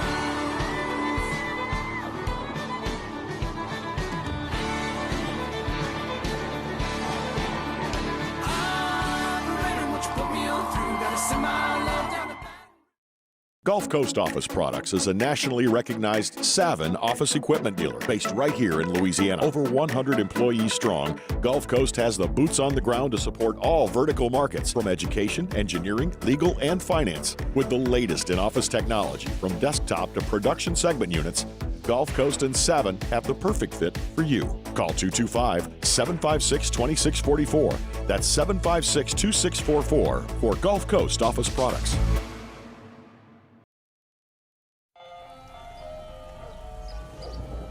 Hey there, little buddy. What's the matter?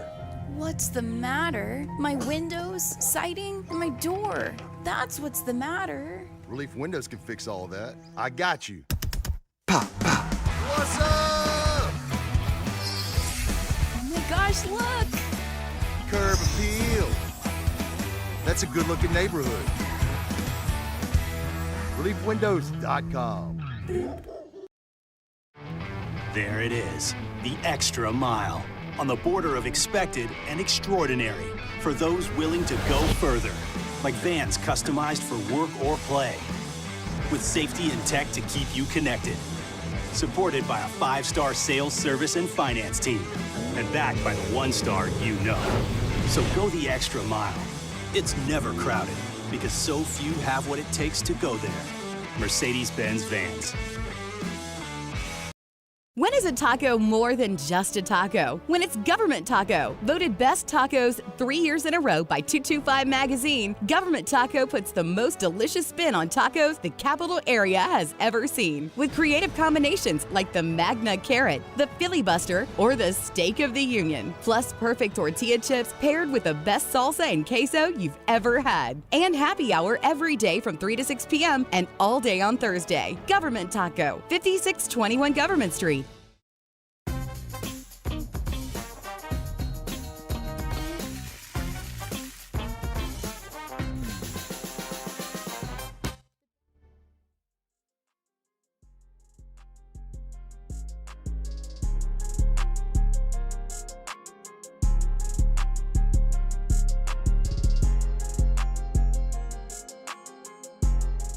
after further review with Matt Moscona, presented by Don Juan Cigar Bar.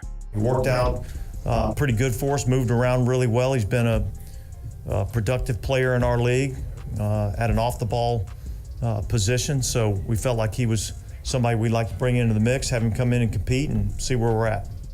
That was Dennis Allen on the Saints' decision to sign linebacker Jalen Smith. Smith, we all know the story, was an All-American linebacker at Notre Dame, a magnificent player who had the unfortunate injury, the knee injury in the Fiesta Bowl against Ohio State. It dropped his draft stock. He fell out of round 1. Dallas took him in round 2. He basically sat his first year in the NFL while he rehabbed that knee, came back and was a very productive player for 4 years in Dallas. Ultimately spent 2021 with the Packers and the Giants. Then last year with the Giants, earning a starting job. And after being released by the Giants and was looking for a new spot, Jalen Smith today was in the black and gold one day after signing with the New Orleans Saints. He was there in uniform, going through workouts in the dome with the team here on the penultimate day before they open up the preseason on Sunday against the Kansas City Chiefs at the Dome. I'm excited about Jalen Smith. I've been asked quite a bit, is this a situation where you think Smith comes in and is sort of the Batman to Demario Davis's Robin like Quan Alexander was? And I don't think that's exactly a what and what, and here's why. First and foremost, Pete Werner is the starter opposite Demario Davis. That's the thing that you've got to accept. The Saints used a second-round pick on Pete Werner. He has been the starter, and he has been a very, very productive player when he's been healthy. Pete Werner has been very good. His health has been his problem so far in his young NFL career. If he's healthy, that's fantastic. You've got a guy that's 24 years old that has been very productive during his time on the field. He had 92, he had 80 tackles a year ago in I guess somewhat limited action, given the fact that he played just 12 games a season ago. As a rookie, had 62 tackles in 15 games. Last year had 80 tackles in just 12 games. So you're talking about a very young, a very productive player at 24 years old. If Werner's healthy, he's the starter. When the Saints brought in Quan in 2020, remember they traded for Quan. They traded a draft pick and Kiko Alonso to the 49ers for Quan Alexander, and they were trading for Quan to be a starter. And he was. And then he ruptured his Achilles on Christmas Day against the Minnesota Vikings. And the Saints did re-sign him the next year, and he was a starter again until he had the arm injury, which cost him a bulk of the season. So that's the big difference. You're not bringing in Jalen Smith to be the starter opposite Demario Davis. You've got your starter. It's Pete Werner. You're bringing him in to be a productive backup, a veteran at 28 years old who's played a lot of football, that is a really good rotational guy as your number 3 and a potential starter if something happens to Werner or Davis. Demario Davis is battling a calf injury right now, so we should see a lot of Jalen Smith in the meantime. So that part of it is exciting. Remember, he beat out Alex Anzalone.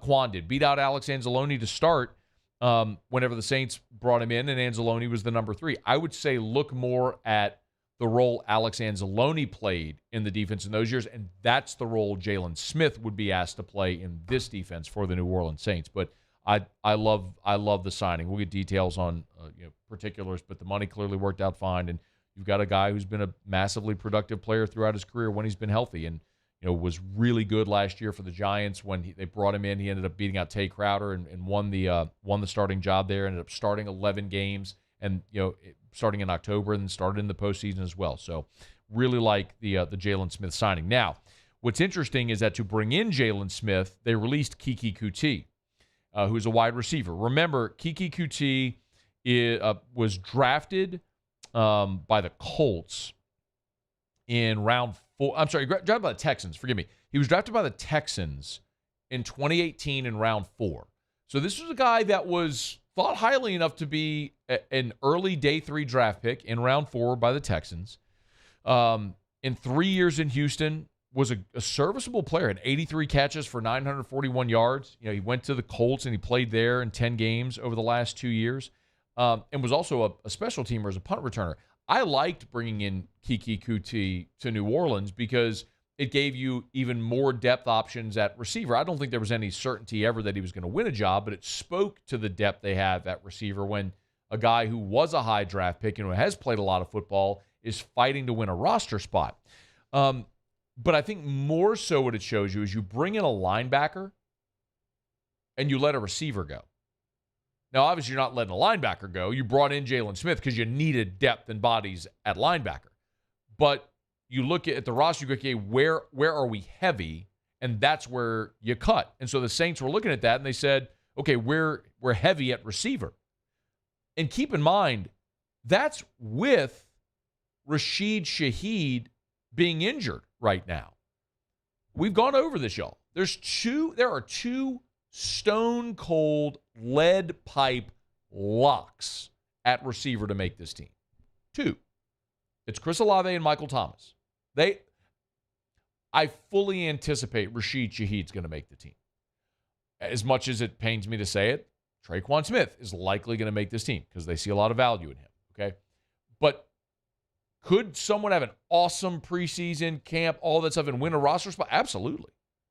Could Brian Edwards do it? Could James Washington do it? Could A.T. Perry do it? Yeah, absolutely. So the fact that, all this to say, Rashid Shaheed's injured and not there right now. So you're down a body at receiver.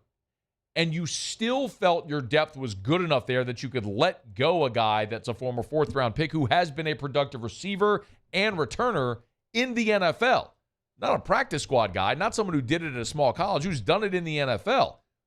That should give you great confidence in that receiving room after your top two guys in Olave and Michael Thomas. By the way, Dennis Allen was asked when he met with reporters on Friday if at some point the injury to Rashid Shaheed, the time he's missing, becomes concerning. I'm not concerned at all. He's going through the rehab process. We're going to be smart with him, but I'm not concerned. Speaking of, that's great to hear as well. I mean, internally they know it's a situation where they know what they got in the player. It's more important to have him ready to go for week one than ready to go for week one of the preseason. Dennis Allen did also run through the list of injuries and the veteran rest days here on day 14 of camp. Landon Young went down at the end of practice there. Looks like it's an MCL sprain, but we'll obviously have to go through some evaluations to see exactly the significance of that. But that was the only injury of note today with practice. We did have three guys, Jimmy and Ram and Mike Thomas were all vet rest days. Veteran rest days are completely fine. There's absolutely no problem at all with that. I mean, it's camp. Your veterans don't need camp. Make sure they're healthy for the regular season. The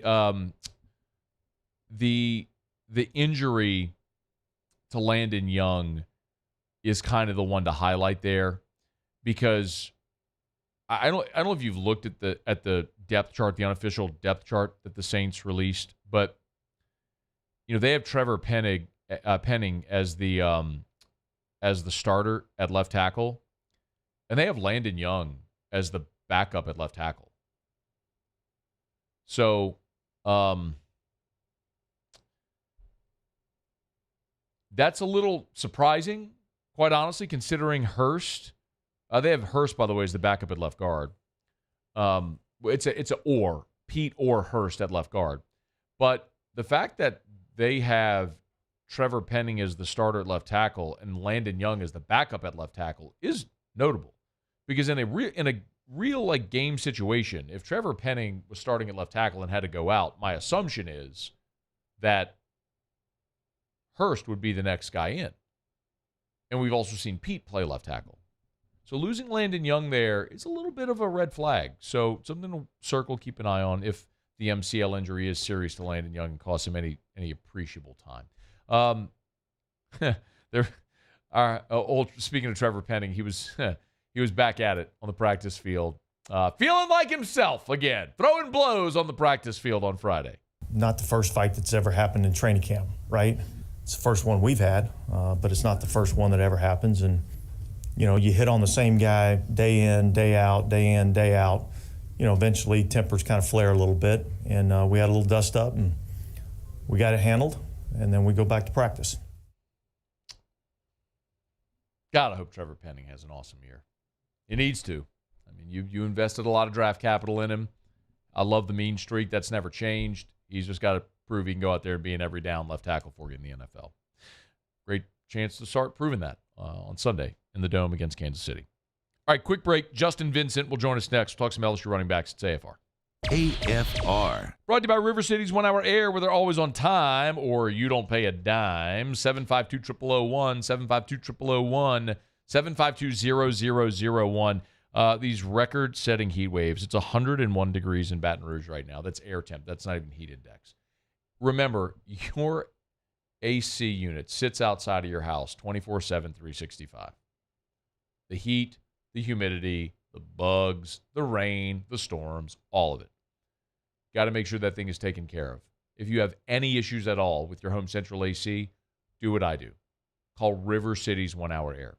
Hey, look, tomorrow Saturday, AC goes out on a Saturday. Who do you call? Will you call the company that's always there nights, holidays, and weekends and never charges you extra to come out nights, holidays, weekends? That's River City's 1 Hour Air. Look for the big yellow vans and trucks with the giant clock on the side and exceptional customer service experience every time. It's River City's 1 Hour Air, 752-0001. Follow us on Twitter at 1045ESPN to cast your vote in the Citizens Bank and Trust poll of the day. Vote daily inside Off the Bench, live at lunch on Palmer. And after further review, Citizens Bank and Trust brings you the poll of the day via Twitter at 1045ESPN.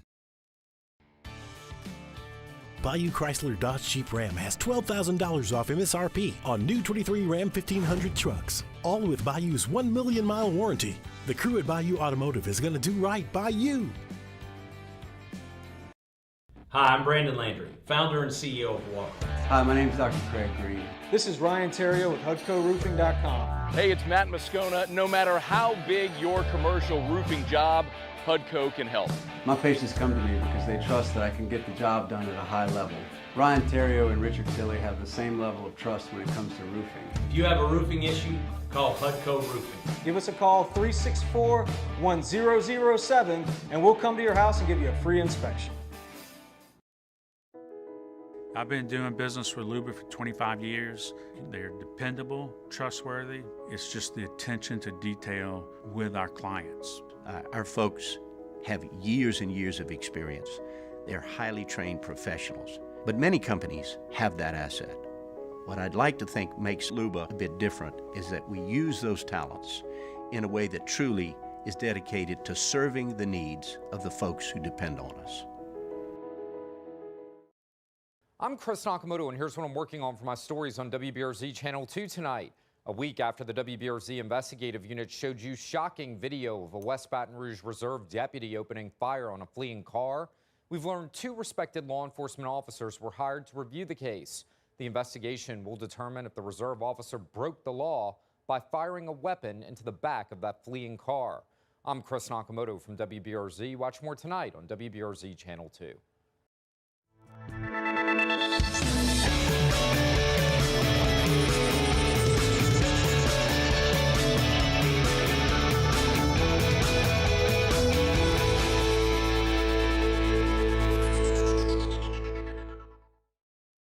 When is a taco more than just a taco? When it's Government Taco. Voted best tacos 3 years in a row by 225 Magazine, Government Taco puts the most delicious spin on tacos the capital area has ever seen. With creative combinations like the Magna Carrot, the Filibuster, or the Steak of the Union. Plus perfect tortilla chips paired with the best salsa and queso you've ever had. And happy hour every day from 3 to 6 p.m. and all day on Thursday. Government Taco, 5621 Government Street.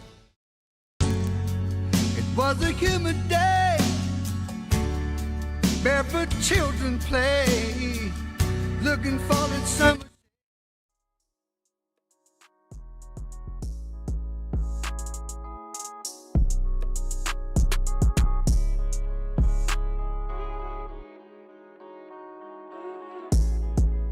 After further review with Matt Moscona, presented by Don Juan Cigar Bar. Look, we got one football.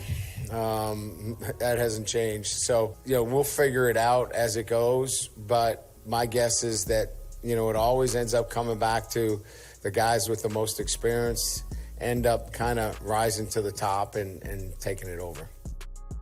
That was Brian Kelly when he met with reporters earlier this week, and he was talking about having 8 scholarship running backs and how do you keep that many mouths fed. Wanted to talk to one of the greatest to ever wear the purple and gold, the MVP, of course, of the 2003 SEC Championship game and the National Championship game against Oklahoma, All-American that year in 2003, and a guy who spent 4 years toting the mail at LSU. Our buddy Justin Vincent joins us to talk about it. JV, appreciate the time as always, man. How are you? Good, man. How are you? I'm doing really well. When you hear that, right, 8 scholarship running backs, what's the immediate thought? Good thing, bad thing? It's not a bad thing, but it's kind of a double-edged sword. It's not a bad thing. It's not a good thing because that's a lot of mouths to feed, and a lot of people want to tote the mail, and there can only be really 2 guys, maybe a third, if possible. But trying to make everybody happy is going to be a tough task for Coach Frank. I've kind of looked at it like, and you heard Brian Kelly say it there in the bite, that usually the veterans kind of emerge. So if you look at the 2 freshmen and Caleb Jackson, Trey Holly, if they maybe they redshirt, that might be, how it goes. You're still left with 6 dudes who have played a lot of football, JV. Is there a way to get that many guys involved in the offense at that position? There's a will, there's a way, but I think that, the running back position is one of the very few positions other than quarterback that you got to get into a rhythm. Rotating a lot of guys, in and out, you're not getting the feel of the game. When guys do get their reps, they start to press and do some things that are unconventional to how they play the game. So the most, in my opinion, you want to find you 3 guys, that can actually get it done. And, everybody can run the ball, but you find those ones that have soft hands that can pass protect. Those will be the ones that'll step up and emerge. I think that'll be your guys. Hey, go back to 03. Of course, you emerged and had the 1,000-yard season, but Joe Adai was on that team, and he had 114 rushing attempts that year. I'm looking at it right here. Ali Broussard had 85. Chiron was on that team, had 78 attempts. Barrington Edwards had 41. Matt Mock, of course, was a quarterback who ran a lot. He carried the ball 79 times. And then Skyler was used on a lot of jet sweeps and things like that. So when you it looks like a lot of guys got involved. What was it like in that season when you had all of you who did contribute in certain degrees, varying degrees? Yeah, obviously, that season was a little bit unethical as far as, that position went because you had, Joe go down, then Chiron went down, and then Joe came back and Chiron came back. But, I kind of had, peered my head a little bit, and Ali started getting some touches as well. So it became, pretty easy, I think, for Coach Dooley and Nick to get that rotation going and making us all feel comfortable and needed. Joe spared me a lot. I remember in the SEC championship game and the national championship game, and so did Ali. So you find those, like I said, those 3 guys, obviously your jet sweeps, unless they plan on putting some other running backs in the hip position and letting them run in motion and do those different things. I just don't see it in the offense that we run right now. Now, obviously, you can always draw something up with the dirt and figure it out. I think Coach can do a good job of doing that. But just to get that rhythm going, I think guys, need at least 10 touches apiece, or more to get it going. Hey, Justin Vincent's our guest. JV, at what point do you think that needs to be settled or that they have to have a really good handle on what that rotation is going to look like? Oh, at least in the next 2 weeks. Prior to, I went out to practice yesterday, and I was up there visiting with Coach Frank, and, I said, yeah, I miss it a little bit, but I do not envy what you're doing right now because you have a hard decision to make. Obviously, Joshua Williams is going to get his touches. John Emery's going to get his touches.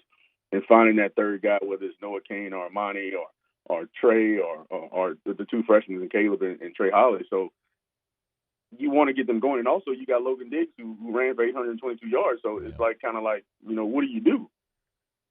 I think either way, no matter how you slice it, I think we're going to be totally fine. And I'm comfortable with everybody. But I just think that you got to get guys into a rhythm if you want them to have some sort of success. What stood out? You said you were at practice yesterday. You got to watch the guys run. We get to go. Brian Kelly's allowing us a ton of access, so we're getting to see him play a good bit as well. But when you watch him, what stands out among the guys? Physicality, man. I think some of the guys are way bigger than what we were. I'm looking at, Caleb Jackson yesterday. Geez Louise, he's huge. He looks like a linebacker playing running back. He does, man. He does. He's huge. I mean, hell, I think he's almost as big as Perkins. So he's put together, and he has the speed to get things done. But, as any running back who's ever played position will tell you, you got to be able to pass protect. If you can learn the pass protections, man, in that offense, I think you'll have success early. But like I said before, I'm good with either guy. I just want to see them get their fair share of touches and get comfortable, and then you can see those runs, those 10, 20-plus yards or more getting broke off and getting the fans excited. What about pass catching and how that might fit and be a role for running backs in this group? Oh, yeah. I mean, definitely. Soft hands is a must. That was one thing that Coach Frank always harped on, when I was over there on staff, is that we're looking for runners, but we also want guys who can do it all. The soft hands has always got to be a must because you're going to be involved. You're going to be that third or fourth option on just about every pass play unless you got a max protect.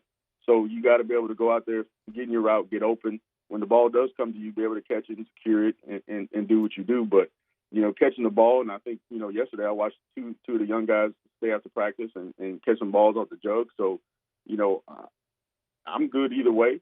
But being that total package back this day and age, you got to be that guy. I got a couple more for you. I mean, look, you obviously played on a national championship team, and you've been around a lot of great teams. So what sort of elements do you look for in fall camp that would be indicators that a team is maybe something special brewing? And do you see any of that with this team?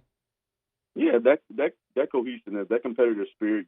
I was up in Pittsburgh last week visiting family, and I heard about the fight and all this stuff. People were up in arms. Fighting is a good thing. You got to worry about the ones that don't fight. You like that competitive spirit.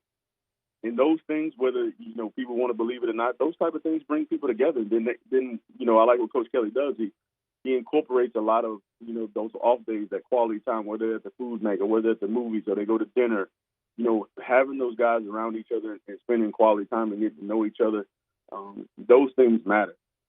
And just to see the camaraderie, somebody falls down, picking them up, good job, I'm coming back at you next, all that talkative stuff that sports is about, I saw it yesterday. Who was the fight instigator in 2003? Ooh, man, we had a bunch of them.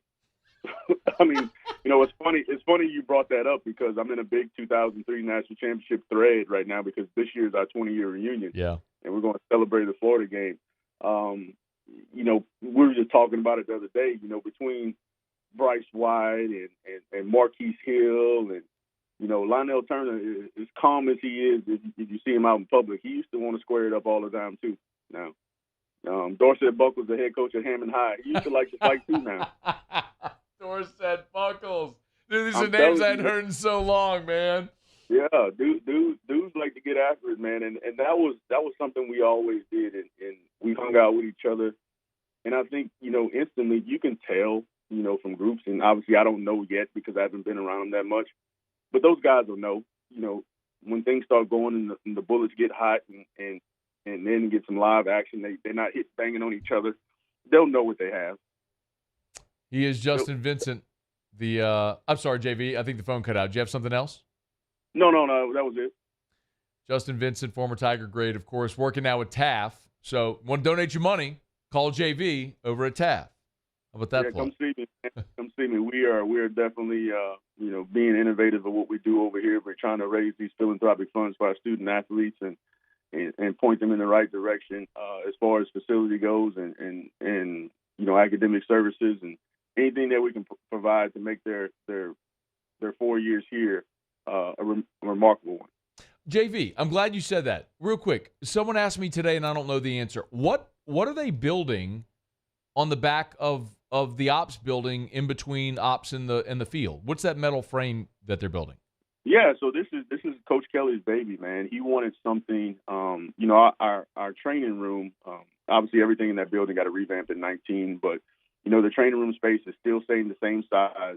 We had a lot of recovery equipment in there that that was kind of on top of each other. They're going to go out and up. They're going to put a sleep center in there. There'll be a barber shop. There'll be some different things. A lot of recovery space as far as, cryotherapy and whatnot. So, usually when guys have to do that now, not just guys and girls have to do that now from other sports, they go different places around town. Now it'll be a one-stop shop and everybody can come in there and get the same treatment. Awesome. And that's something that he had at other places he's been, and this is what he wanted, so this is what he's going to get. Awesome. Yeah, man, I was you could see in all the practice video, there's the big metal frame of the structure going up, and I pass it every day, and I've never stopped to go like, what are they doing there? But no, I definitely appreciate the insight to it, man.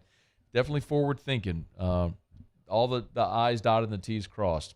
All right, Justin Vincent, former Tiger great, man. It's always great to chat. Good seeing you earlier today, man. We'll visit soon.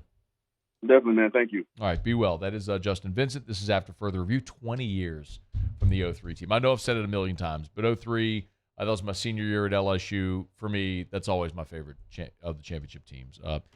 They're all special in their own right. Like 2007, there was the cornerstone of Hester and Dorsey and Flynn and so many veteran guys who stayed and grinded and got over that hump, and they did it in New Orleans, and it was awesome. I mean, all the games that, like Flynn to Bird, the 2007 Florida game, you know them all, but like that's special for those reasons. 2019, it was just majestic. I mean, it's the greatest thing any of us have ever or will ever see. If you're an LSU fan, like we'll never see it again. It was just, you got to see the greatest team in the history of college football play 15 times. But 03 was the one that broke through, man. 03 was the one that, LSU went 45 years without winning a natty, and I'm sure a lot of you, like me, felt like it was an unattainable goal. Like you were never going to climb that mountain, and that team did it. And to be in the Dome that day, watching JV go around and score and give him the number one, the double ones was, Marcus Spears, the pick six, Marquise Hill sacking Jason White, Lionel Turner coming on the delayed blitz. I mean, they walk it off on a punt. Old Thunderfoot, Donnie Jones, Cali High, a punt to end the game and run out the clock. Just all anyway.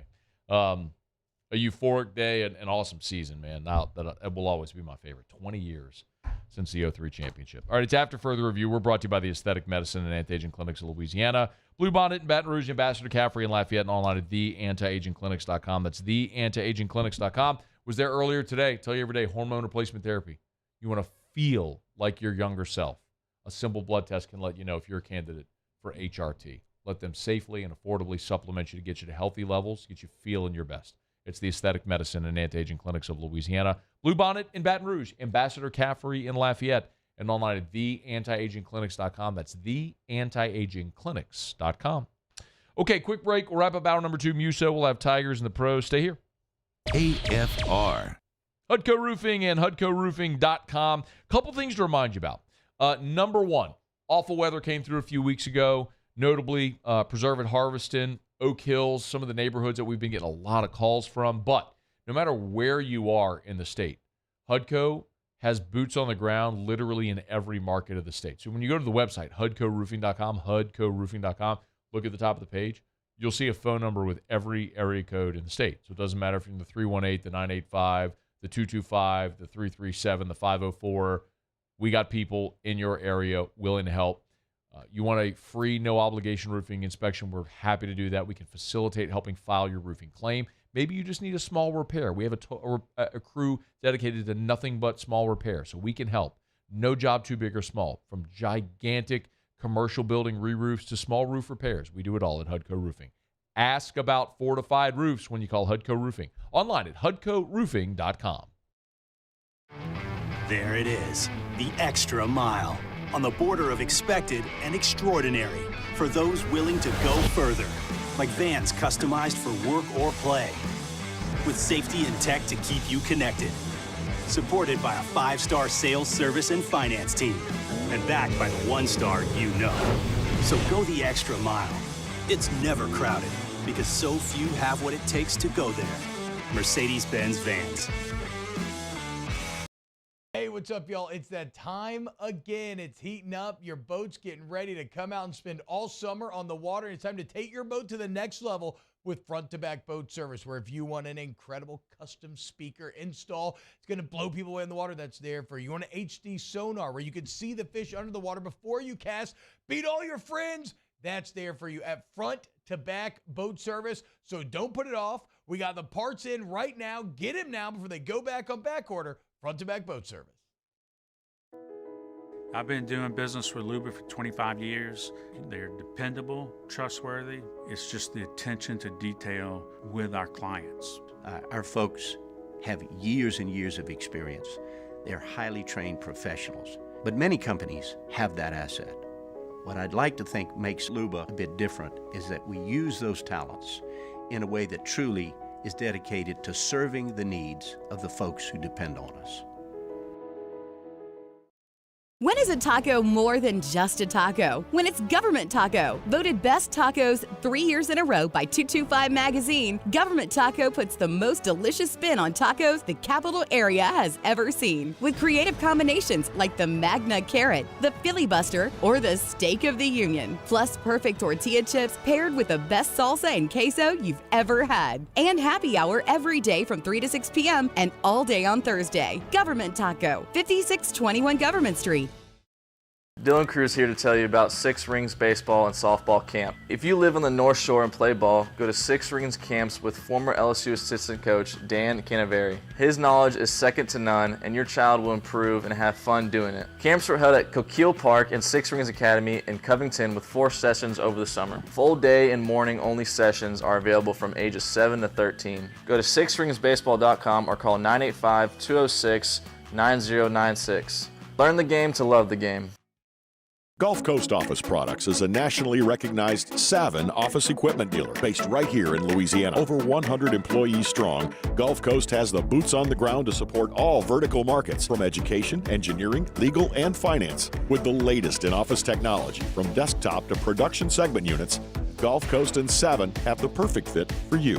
Call 225-756-2644. That's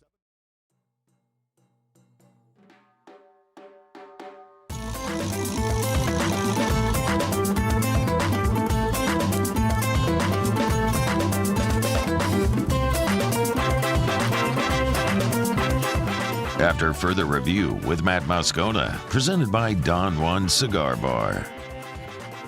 All right, wrapping up hour number 2. We're glad you're with us. Friday shows brought to you by Don Juan Cigar Bar. Right now, Muso has Tigers in the Pros. Tigers in the Pros. They still bleed purple and gold. They're just really rich now. Presented by Lee Michaels Fine Jewelry. Lee Michaels Fine Jewelry, where Baton Rouge gets engaged. And for the first time this season, we have NFL games to recap in Tigers in the Pros. Patriots had a couple LSU guys in action last night. We'll start with the rookie, Kayshon Boutte. 2 receptions in his Patriots debut for 7 yards. He was targeted twice, so ball didn't hit the ground when they threw it to Kayshon. He had been making waves in camp the past few weeks. He did get leveled on that reception. He took one on the chin for sure, but he held on to the ball, and that's all that matters. And he's wearing number 80. Wearing number 80. And for some reason at practice, he wears number 58, which makes no sense Things whatsoever. Get weird at practice. Yes. That's just how it happens. His teammate, Jalen Mills, turned in quite the night. 3 total tackles in the ballgame, a pass defensed, and an interception that he returned for 13 yards. That interception came off of number 2 pick, C.J. Stroud. Major League Baseball action from last night. Aaron Nola towed the rubber for the Phils. Got a no decision, but pitched really well. 5 innings, 1 run, walked 1, struck out 6. I got the pitch count up on him a little bit. 105 in 5 innings. That'll force an exit, but nonetheless, Give him solid. some run support, you cowards. Well, they did score 6 runs last night. Shut up, Muse. You're killing my point. I mean, look, I liked that point too, but it didn't really apply last night, unfortunately. Cali high! That always applies when it comes to Aaron Nola. Dylan Cruz, after wearing the collar on Wednesday, bounced back pretty big last night. 2 for 5, a double that cleared the bases. 3 RBI on the night for Cruz and a run scored, hitting .280 so far in a short stint in Single-A baseball. How about Trey Morgan made his Single-A debut last night for the Charleston River Dogs? Perfect night. 2 for 2 for Morgan. Both singles scored a run. How about this, though? 5 walks. He walked 5 times. Two for two with 5 2 walks. for 2 with 5 walks. The team, they scored 17 runs, so it was kind of a merry-go-round all night for them. And finally, we'll wrap up with Todd Peterson. Todd Peterson. Not a long outing for Todd Peterson. Just one Peterson. shutout inning, gave up a hit, didn't walk or strike out anybody, but it gave us an excuse to play the Todd Peterson drop. I love getting to play the Todd Peterson drop. Todd Peterson. Probably my favorite thing to do is play the Todd Peterson drop. Todd Peterson. That's Tigers in the Pros. Featuring Todd Peterson. Todd Peterson. And brought to you by Lee Michaels Fine Jewelry, where all of Louisiana has gone to get engaged. LMFJ.com, Lee Michaels Fine Jewelry, LMFJ.com. 2 locations in Baton Rouge, New Orleans, Lafayette, Shreveport, and online at LMFJ.com for Lee Michaels Fine Jewelry. Hour 3 coming up right after SportsCenter. AFR. We're brought to you by Michelli Weighing and Measurement. Every day I say about Michelli, they're ISO 17025 accredited. So, and I get that 99.9 repeating % of you have no idea what that is, and that's okay because you don't need to know. But for the people that do, you understand why that is so important, and Michelli offers ISO 17025 accreditation. You go to the website and see all of the different services that they offer at Michelli Weighing and Measurement. So often people know Michelli because of their scales. I say this all the time. But you start to see what else they do. They are the most comprehensive solution for scale service, equipment maintenance, calibration, if it's preventative maintenance, if you need weighing systems, installation, equipment repair, inspection certificates. It's all there for you at Michelli Weighing and Measurement. At Michelli, they like to say, we show the world what measurement can do. Call Michelli. Call the team you can trust, the locally owned and operated team for 76 years. Michelli.com. At Corval Toyota in Opelousas, you can lease a new Toyota Camry for $489 per month. That's right, you can get a brand new Toyota Camry for only $489 per month. So come on down to Happy Town. That's Corval Toyota in Opelousas, Happy Town, USA. Hi, I'm Brandon Landry, founder and CEO of Walker. Hi, my name is Dr. Craig Green. This is Ryan Terrio with HUDCORoofing.com. Hey, it's Matt Moscona. No matter how big your commercial roofing job, HUDCO can help. My patients come to me because they trust that I can get the job done at a high level. Ryan Terrio and Richard Tilley have the same level of trust when it comes to roofing. If you have a roofing issue, call HUDCO Roofing. Give us a call, 364-1007, and we'll come to your house and give you a free inspection. Gulf Coast Bank and Trust is giving our customers the power to bank anywhere, anytime during this challenging event.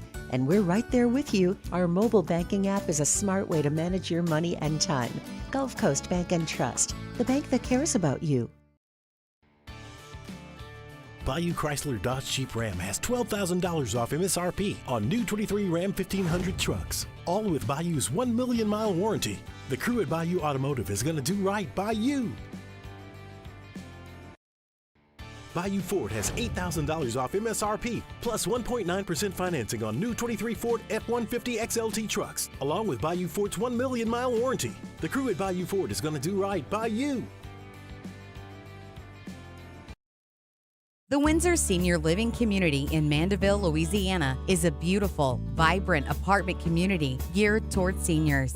They are nestled right in the heart of Mandeville, where seniors live a more carefree lifestyle in spacious apartments with the peace of mind that comes from having a little extra help. Call the Windsor at 985-624-8040 to schedule a lunch and tour.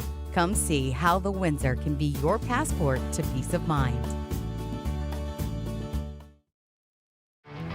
There it is, the extra mile, on the border of expected and extraordinary, for those willing to go further, like vans customized for work or play, with safety and tech to keep you connected, supported by a 5-star sales, service, and finance team, and backed by the 1-star you know.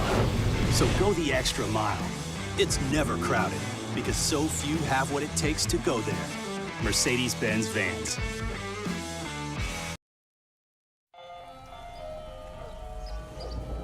Hey there, little buddy. What's the matter? What's the matter? My windows, siding, and my door.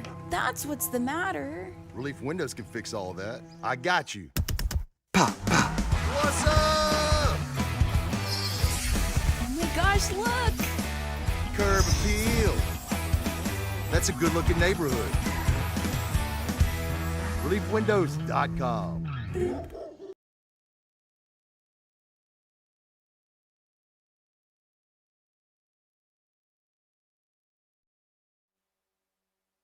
This is SportsCenter.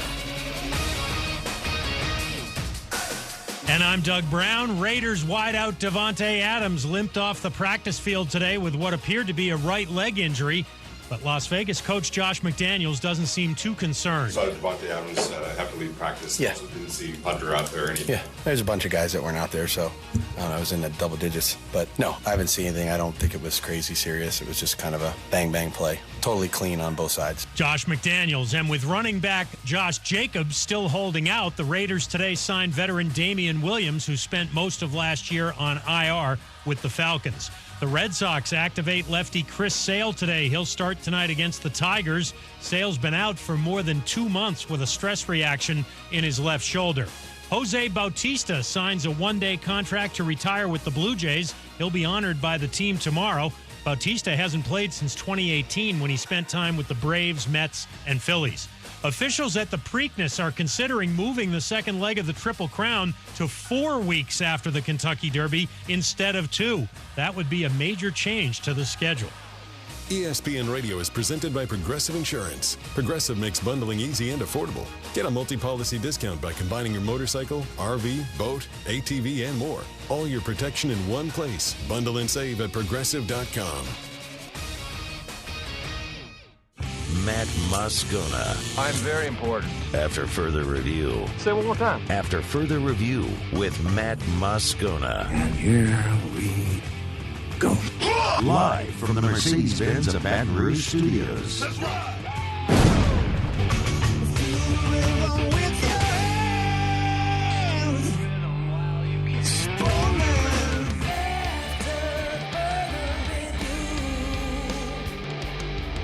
Hour 3, off we go. Welcome aboard. Glad you're with us. AFR, presented by Don Juan Cigar Bar. I'm Matt.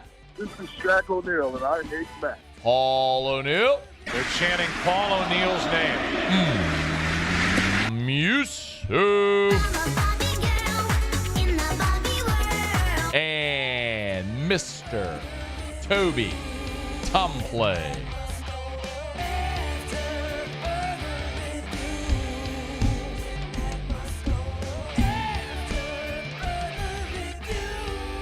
All right, we're here. Glad you are as well. Get out there and make it a good one. 5 o'clock, quitting time. Glad you're driving home with us. Weekend is upon us. Congrats. You've made it to your weekend.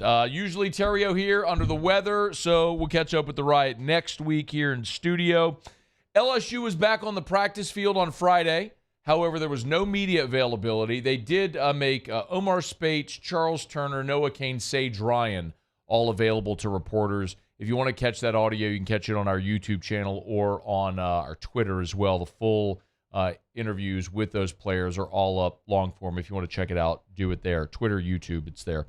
But interestingly, hearing Charles Turner talk about the offensive line depth, and I couldn't help but think what a contrast this was to a year ago. Do you realize a year ago at this point, Charles Turner was not LSU's starting center? A year ago at this point, Garrett Dellenger was running first-team center. A guy who hadn't snapped the ball in a game ever.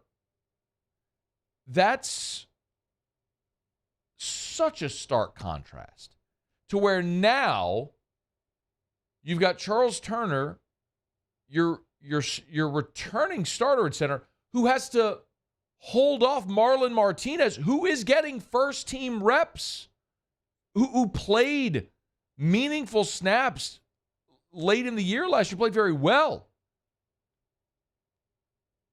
It's pretty staggering, the about face from a season ago. And Charles Turner talked about that. You know, not just the competition there at center, but just the competition on the offensive line. The offensive line, man, we're just competing every day, man. We're working our butts off. And, you know, Brad Davis tells us every day, like, he handles our room like a pro room. Like, you mess up, you're going to get taken out. And it's going to be that next man's upturn. So, like, it's just a matter of, you know, it's not pressure, but it is pressure as well, too, on us. But it's like we know our expectations. And if we want a national championship, how about we say we want a national championship? This is what comes with it, you know what I'm saying? It's competitive. We're competing every day, you know, guys. We all love each other, of course. You know, it's a good camaraderie room. We're all close. But at the end of the day, we know we're all competing against each other, too. You know, when I look at where there's real competition, though, battles for a starting spot, center, I think, is the only spot that I see. Will Campbell is your left tackle. Garrett Dellenger and Miles Frazier are your starters at guard. And Emory Jones is your starting right tackle. We mentioned 6 of your top 7 linemen from a year ago are back. That's Turner and Martinez, who are battling for the starting job at center. Now, I still believe Charles Turner started 12 games at center a year ago. Martinez started the other 2. It's going to take a lot for Martinez to unseat Charles Turner. I could see a world where they both play. Now, that's a little uneasy because it's not just rotating in alignment, it's rotating in someone who has to know the quarterback's cadence. So if you're going to make a change there or rotate centers, you have to be really convicted that both guys have to be on the field. Otherwise, you pick the starter and you roll with him. I mean, because that's someone who's handling the cadence. With the quarterback center exchange, every single play. You don't need me to explain that to you, but that's why that position, you want it to be solidified. But that's where the battle is right now in fall camp. Your other starters are solidified. I think the big question is, when someone does go down, who would be the next up? Like, we know Martinez can play center and guard. You know, Lance Hurd is taking all the reps at second-team right tackle. And physically, he's not swimming physically. He belongs. That shouldn't surprise you. The guy was a 5-star. I mean, it's actually really funny when you think about how big of a human that Emory Jones is, and to see him next to Lance Hurd, and he looks small. Like, Emory Jones is listed at 6'6", 315. Lance Hurd, they have at 6'6", 340. I'm here to tell you, Lance Hurd may be 6'6", 340. Emory's not 6'6", 315. He may be 315, but he ain't 6'6". Like, Lance Hurd is 2-3 inches taller than Emory Jones, and he's certainly got 30 pounds on him. And Emory's a big dude, a big, strong guy. We saw him. He started as a true freshman in the SEC. He was awesome. So, you know, who else, though, are your rotational guys? I think is the really interesting question. Would Martinez be your next man up at either of the guard spots? Maybe. You know, we've talked about Mason Lunsford. You know, Mason Lunsford is, you know, the transfer who's come in from Maryland, who played a lot of ball at Maryland, you know, during his career there. He started 10 times a year ago at Maryland in the Big Ten. So he's played in 29 games with 26 starts. That's a dude who's played a ton of football. But if I'm being very candid with you, watching him out there, they got him listed at 6'7", 300. He looks smaller than that. And I think I've seen a technique from a lot of LSU's interior linemen against Lunsford is to bull rush him because they feel like they got a strength advantage on him. Maybe they do. So is he the next guy up on the interior? I've raved about Bo Bordelon. Bo Bordelon might be, so far through a week of camp, you know, a week plus of camp, I think Bo Bordelon is the most improved offensive lineman I've seen. Maybe the most, I would say Bo Bordelon and Chris Hilton are the two most improved players on the team that I've seen. Where you look and you go, that, like, Chris Hilton's got to play. I don't know, because you're so deep and talented at receiver, how much does he play? How many targets does he get? I don't know. But that kid's too good not to play him. Like, he's got to be out in the field. You know, I'm not telling you Bo Bordelon's gonna steal anybody's spot, but what I am telling you is that guy is going to be a starter at LSU in his career. I mean, I would be very surprised if Bo Bordelon doesn't become a starter on this offensive line in his career. Look, I mean, you've got Will Campbell and Emory Jones at your tackles right now. You got Lance Hurd, who's really the next guy up, clearly. But they got Bo Bordelon running his second-team left tackle. And he belongs. He could play left tackle for a lot of schools in this league right now. It's probably not going to happen for him this year because of the guys that are ahead of him. And, I mean, Will Campbell's got another year as well at left tackle. So as does Emory Jones. So, when does that opportunity happen? Is it maybe at guard instead of tackle just to get him in the rotation? I don't know. But he's been impressive. It's something Mike Denbrock talked about when we got to talk with Mike Denbrock was the depth at that position across that offensive line. I think that's a work in progress, as it always is along the offensive line, especially when you have some true freshmen who are kind of dipping their toe in the two deep. That's going to be a minute, and as much as anything, have we seen things from each one of them that are really kind of catch your eye and go, boy, that's awesome. He's got a chance. There has been, and from all of those younger kids across the front, I think Mason Lunsford has made some good contributions and will provide some depth inside as well. So I like the additions to the room, whether those are true freshmen or Mason in particular, who will add, I think, some depth to the position. I think it's going to be a minute before we get to the point where we kind of solidify who's going to exactly be where. But there's a lot of really good material to work with there, and I know Coach Davis is excited about it. You're just in a dramatically different spot than a year ago. I know I've said this before, but if you remember LSU's first offensive series of the season last year against Florida State, first play of the game, Jaden Daniels, broken down play, scrambled left end for 25 yards. They completed a pass on the second play deep into Florida State territory. They looked like they were about to go bang, bang, score. Threw a ball into the end zone for Kayshawn that he got his hands on it but couldn't bring it in. And then LSU ended up with a goal-to-go situation, and Garrett Dellenger snapped the ball over Jaden Daniels' head, and it killed that drive.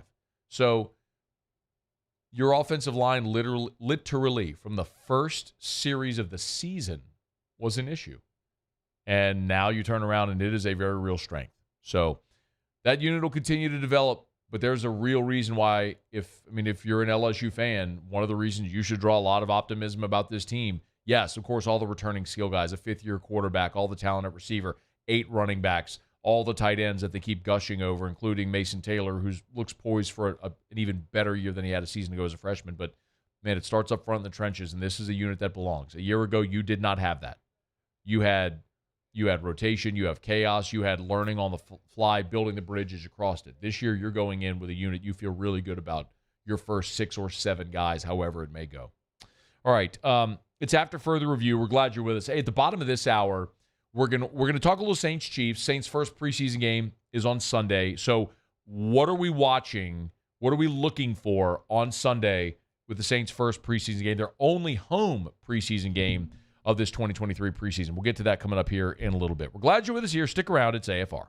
AFR. Brought to you by Pluckers, Nicholson, Bluebonnet, dine-in, carry-out, or delivery with 28 flavors of award-winning jumbo chicken wings, ice cold draft beer, full service bar, sports on TV. It is Friday. If you're knocking off of work thinking, man, what am I going to do? I'm heading home. Do I want to go home? Do I want to go watch some ball? You want to go watch some ball is what you want to do. And the best place to go is Pluckers. But you got a ton of games tonight. Packers, Bengals, Falcons, Dolphins, Steelers, Bucks, Giants, Lions, Washington football team, Commanders against the Browns, Broncos against Cardinals. Man, you got a ton of football tonight. Gorge on it while you simultaneously binge on award-winning jumbo chicken wings. Drink ice-cold draft beer or anything from their full-service bar. 2 locations at Pluckers. Nicholson just south of campus and Bluebonnet right in front of the Mall of Louisiana. It's Pluckers. Remember, at Pluckers, if you don't like our wings, we'll give you the bird. Officially, it's a fridge full of beer. Unofficially, it's free AC. Coors Light, the official beer of everything unofficial. When is a taco more than just a taco? When it's Government Taco. Voted best tacos 3 years in a row by 225 Magazine, Government Taco puts the most delicious spin on tacos the capital area has ever seen. With creative combinations like the Magna Carrot, the Filibuster, or the Steak of the Union. Plus perfect tortilla chips paired with the best salsa and queso you've ever had. And happy hour every day from 3 to 6 p.m. and all day on Thursday. Government Taco, 5621 Government Street. Make this summer your backyard party year with Chris's Specialty Foods. Wings, burgers, brisket, steak, and boudin, plus great Cajun side dishes. We do all the prep, and you enjoy laughing with friends and family. Chris's Specialty Foods, Millerville, New Orleans, Prairieville, and Frisco. Everybody loves Chris's authentic Cajun meat.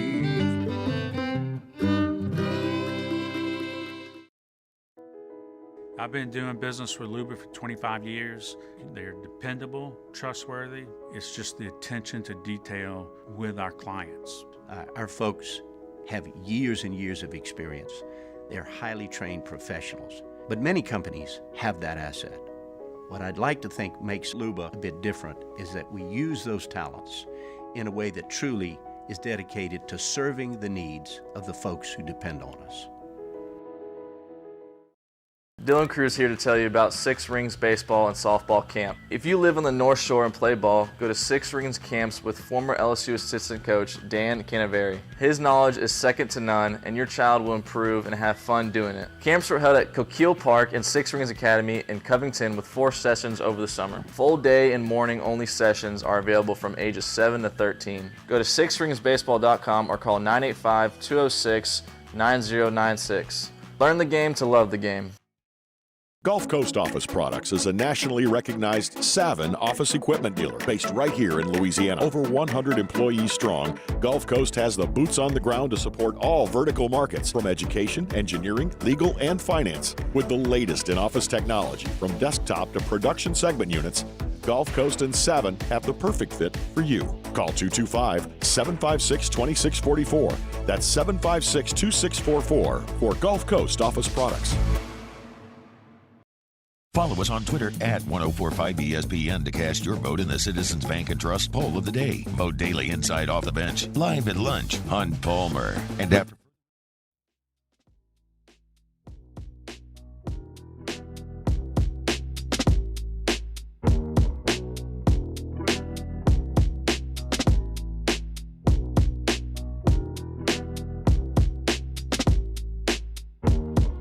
After further review with Matt Moscona, presented by Don Juan Cigar Bar.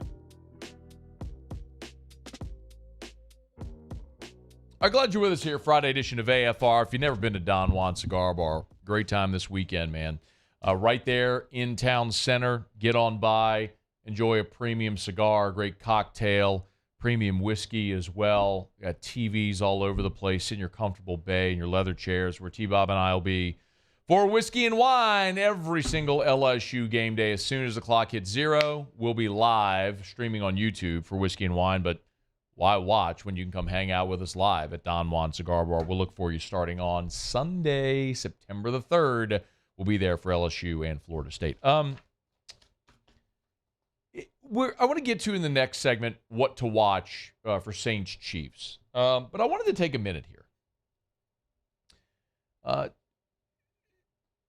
To do two things simultaneously. One is to give a hat tip to someone while simultaneously giving a piece of advice to parents. First of all, hat tip to Josh Hart. You probably saw it this week, but former New Orleans Pelican and fan favorite Josh Hart signed a 4-year, $81 million contract with the New York Knicks. Of course, he was able to sign for 140% of his deal as a maximum extension with the team. Hart arrived at the Knicks in a trade deadline deal with the Blazers in February, played very well, and so they extended him. So, Josh Hart signed a 4-year, $81 million contract, y'all. Very happy for Josh Hart. Remember, Josh Hart is a great team guy. Josh Hart is a great team guy. Remember when Josh Hart was in New Orleans and he got traded to Portland? Remember what Josh Hart and the next day, they were courtside at the Pelicans game. They had just been traded, and they still went to the game to support their teammates. Forever beloved, fan favorite. So I am very happy for Josh Hart to get this deal. 4 years, $81 million. That's awesome. But it's Josh Hart. And it's 4 years, $81 million. Yo, Josh Hart in his career averages 9.8 points per game. His career points per game average is less than 10 points per game, and he just got 4 years, $81 million. He averages 9.6 boards, 2 assists per game for his career. When he was coming out of Villanova, Josh Hart's NBA draft comp was Will Barton. Anybody know who Will Barton is? Had a nice career. Will Barton's played 13 years in the NBA. But he's a role player. But look, you make it 13 years in any professional league, you a dude. But he's a role player. Like Josh Hart. The Josh Hart who just got a 4-year, $81 million deal. Like, good for you, Josh Hart. Really. That's awesome. But my piece of advice to you, mothers, raise your sons to be basketball players. I'd like to remind you. You ever heard of Chris Jones? Big defensive lineman. Went to Mississippi State. Take that down. With the Chiefs now. Really good player. Just signed a massive contract. His average annual value, less than Josh Hart. Who's more impactful? Chris Jones or Josh Hart? I'm going to go Chris Jones. Nasty interior player. The Bengals couldn't block him. Josh Hart's making more per year than Chris Jones. Marshawn Lattimore, really good defensive back for the Saints, right? Remember when the Saints signed him to that deal? You know who's making more per year than Marshawn Lattimore? Josh Hart. Ryan Ramczyk, best right tackle in football. You know who makes more per year than Ryan Ramczyk? Josh Hart. Nailed it. Best tight end in football, who is it? Travis Kelce. Who's the second best tight end in football? George Kittle. Kelce makes $14.3 million a year. Kittle makes $15 million a year. Decidedly less than the $20 million per year that George Hart, George Hart. I love George Hart, by the way. That Josh Hart is making. Shout out Coach George Hart. George Hart, however, is not Josh Hart, who signed a 4-year, $81 million deal with the Knicks. You know why Zach Martin's holding out right now? He's making $14 million a year. That's $6 million per year less than Josh Hart. Cam Jordan, greatest defensive Saint ever. Make the argument. Hall of Fame trajectory, $13.9 million a year. Far less than Josh Hart. That's Josh Hart, who's averaged 9.8 points per game for his career. Mothers, raise your sons to be basketball players. I'm not even done. Saquon. One of the best running backs in the league. Just signed that deal with the Giants. Making half the money per year. Half the amount that Josh Hart is making with the Knicks as a role player. Michael Thomas. Half the amount. Average annual value of Josh Hart. The man of God, DeMario Davis. Heartbeat of the Saints defense. Never misses a snap, let alone a game. Never misses a snap. The man of God. I wear a headband like an idiot on Sundays around my house in honor of this man. He makes $9 million a year. Josh Hart makes $20 million per year. Mothers, raise your sons to be basketball players. Oh, it's not just football. Do you know who's number one on the PGA Tour money list? I do. Scotty Scheffler. Scotty Scheffler, $19.1 million in course earnings, less than Josh Hart. You know who's the number one money earner in NASCAR this year? I'll help you. Yeah, I'm going to need help on that one. It's Kyle Busch. Oh. $16.9 million this year for Kyle Busch. That's about $3 million less than Josh Hart. Alex Bregman. Heard of him. Breggy. It's close, but a hair less than Josh Hart. Yordan Alvarez. Ooh. Slugger. World champion. Dude. Yordan. $19.1 million per year. Big number. Not as big as Josh Hart. Mothers, raise your sons to be NBA basketball players. Because even if they're Josh Hart, they getting broke off.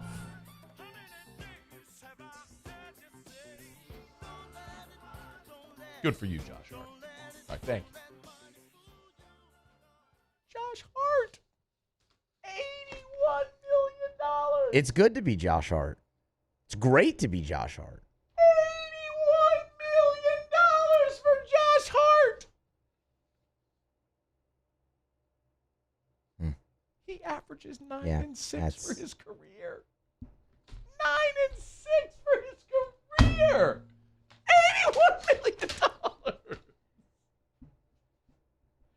That's a dream. I mean, that's just like, golly. And he don't have to worry about CTE. Yeah. That's not even a joke. I know, but that's not a joke.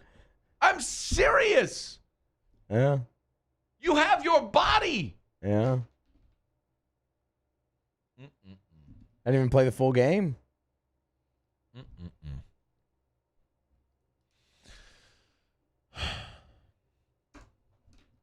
Make them go left. Moms, like tie their right hand behind their back, make them go left. Make them go left, moms. Develop that skill set. All right. It's after further review. God bless you, Josh Hart. We're brought to you by the Williamson Eye Center. I wonder, look, you can, you know what you can, a surefire way to never be Josh Hart, can't see the basket. If old Johnny is struggling with that range, maybe he can't see the basket. Bring him to see Dr. Blake at the Williamson Eye Center. Call 924-2020. 924-2020. School calendar just starting here. Sons and daughters back in class. Haven't taken them yet for their eye exam. Get that done here with school starting. You want to be able to see the board. You want to be able to be confident, to be able to participate. Make sure they have that eye exam. 924-2020. There's 7 different locations of the Williamson Eye Center, the newest down in Lutcher, down the river parishes, all over the greater Baton Rouge area. And of course, if you need refractive surgery, or think you might, you want to live you're tired of living your life shoving contact lenses into your eyes and searching for glasses on your head or chained around your neck or whatever they may be done with that forever. Call the Williamson Eye Center. Let Dr. Blake Williamson give you the gift of sight the way he did for me. Changed my life, man. Everyone that says LASIK's the best decision ever made, best money ever spent, wish I'd done it years before, I'm in that number. 924-2020. 924-2020 or WilliamsonEye.com. All right, y'all, it's after further review. Glad you're hanging out with us here on a Friday edition of AFR. I'm going to remind you, if you're watching us, you'll see the Bud Light suitcases here on the set. The LSU and Saints cans are available now. Of course, Bud Light, the official beer of the Saints and the LSU Tigers and of the Southern Jags. The cans are out. You can find them. The aluminum bottles are coming. But really what I want to remind you of is our friends at Bud Light and Mockler Beverage are giving us here on AFR 2 tickets in the Bud Light suite at the Superdome for the Garth Brooks concert on Saturday, September the 2nd, the day before LSU plays Florida State. 2 suite tickets in the Dome for the Garth concert. We're going to be giving them away. We'll announce the contest on Monday. It'll run all next week, but just understand we're going to ask you to do a video that's going to involve Garth Brooks music, and got to have a Bud Light can or bottle or something like that in the video as well. But we're going to get creative. So start the creative juices flowing. Think about what you want to do. We'll get to all the specifics next week, and start submitting them, and we'll listen to them, watch them on the show. We'll pick the best one. Someone's going to go sit in the suite to watch Garth Brooks down in NOLA on September the 2nd. We're looking forward to it. All right, y'all, let me knock out a quick break. We'll come back. We'll tell you what we're watching for Saints and Chiefs Sunday down in the Dome. Stick around. It's AFR. AFR. There it is, the extra mile, on the border of expected and extraordinary for those willing to go further, like vans customized for work or play, with safety and tech to keep you connected. Supported by a 5-star sales, service, and finance team. And backed by the 1-star you know. So go the extra mile. It's never crowded because so few have what it takes to go there. Mercedes-Benz Vans. Follow us on Twitter at 1045ESPN to cast your vote in the Citizens Bank and Trust Poll of the Day. Vote daily inside Off the Bench, live at lunch on Palmer. And after further review, Citizens Bank and Trust brings you the Poll of the Day via Twitter at 1045ESPN. The world's leaders in obesity research, obesity medicine, and obesity science are right here. We're doing something that no one's ever done, or trying to answer a question that no one's ever asked before. Pennington is a real jewel when it comes to research. We are finding the solutions to the world's worst chronic disease, which is obesity. Louisiana needs Pennington Biomedical.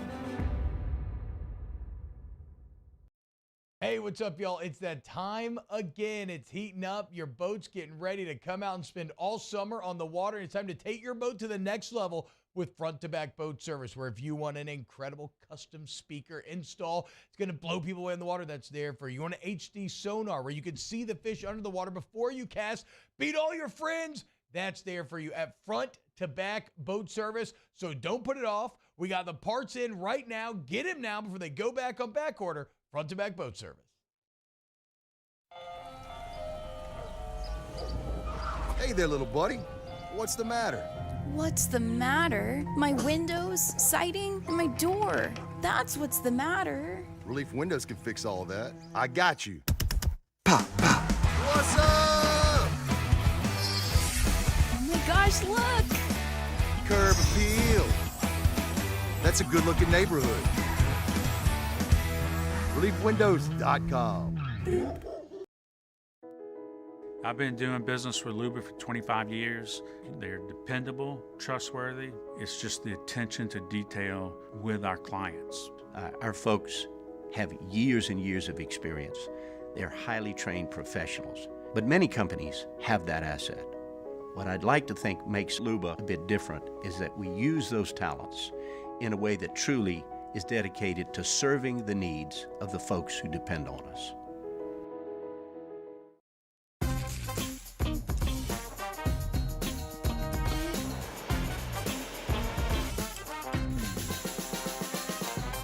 The best kept secret in town is out. Discover Tallulah at the Renaissance Hotel on Bluebonnet.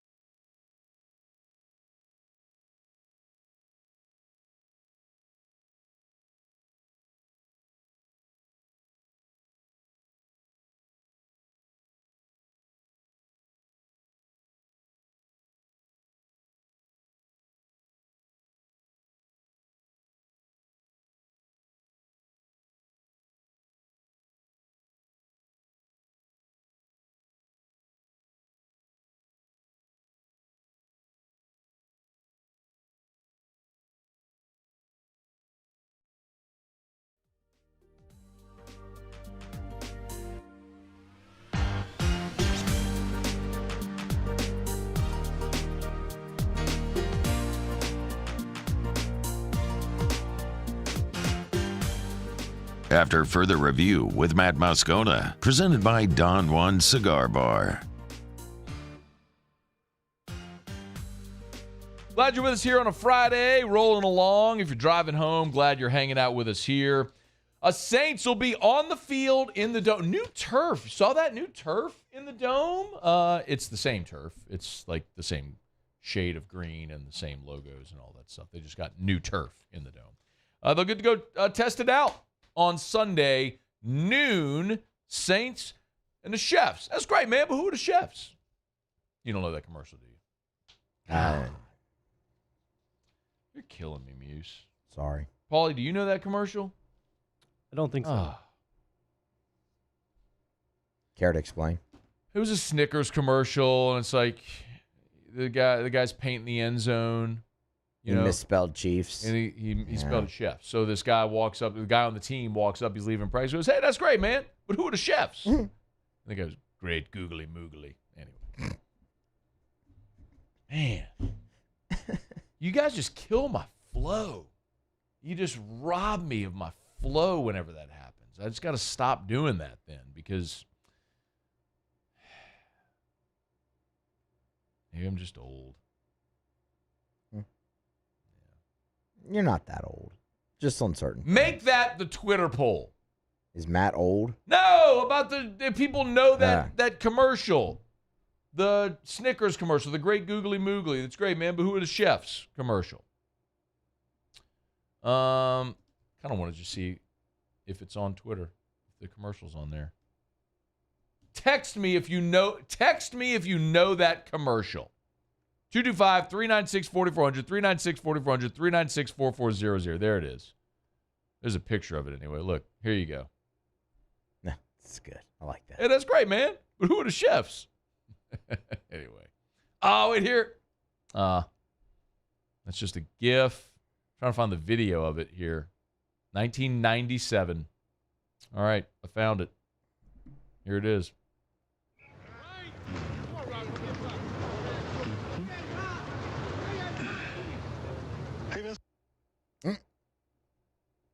There it goes. No, it's here. It's great. But who are the chefs? Not going anywhere for a while? Great googly moogly. Grab a Snickers. Do it again, Paul. Here, I get you the video this time. All right, look, Muse. Here you go. It's like hand painting it. Yeah, he's like just pouring sweat. Hey, that's great. But who are the chefs? And it's like crooked. For a while? Great googly moogly. Great Grab googly a moogly. Snickers. There you go. Anyway. You spell it. Hey, you spell it, yeah.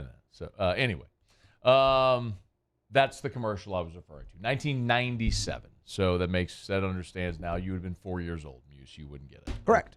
Okay, the Saints will play the Chiefs Sunday in the Dome. What are we looking for? Hit me with the music, Muse. It is that time of year where we start to talk about what we're looking for on a given football weekend. We will eschew the rest of the NFL and just focus on the Saints.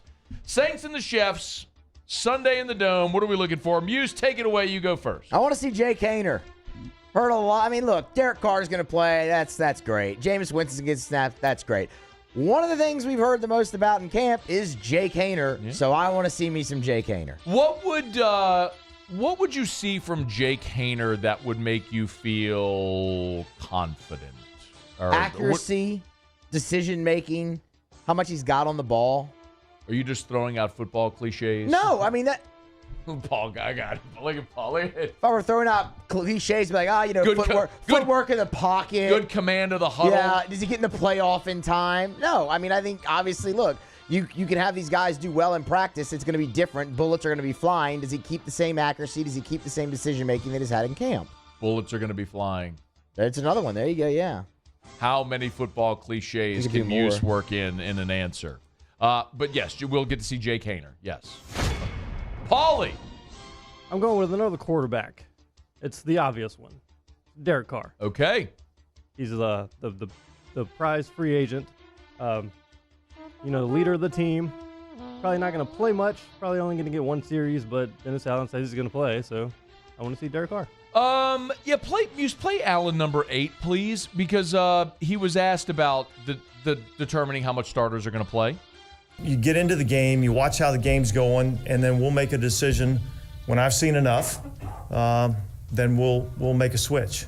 So it's kind of where we're at. Like if the offense gets the ball and goes 80 yards and 9 plays right up your donkey, it's like, all right, take off the pads, you're good. See ya. If they go 3 and out, we probably want to see more. I'm with you on that.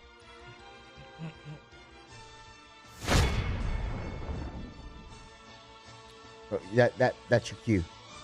Well, someone has to set me up. Oh, what are you watching for, Matt? Thank you for asking. No injuries. That's it? Okay. Muse, what else you got? Peyton Turner and Carl Granderson. Ooh. Yeah. I mean, they've both been showing out good. So DA's been saying the D end opposite of Cam is a huge talking point. Which one of those guys steps up and takes hold of that role or takes the first step in taking hold of that role in this preseason game, I should say. Okay. Why is the music not playing? There it is.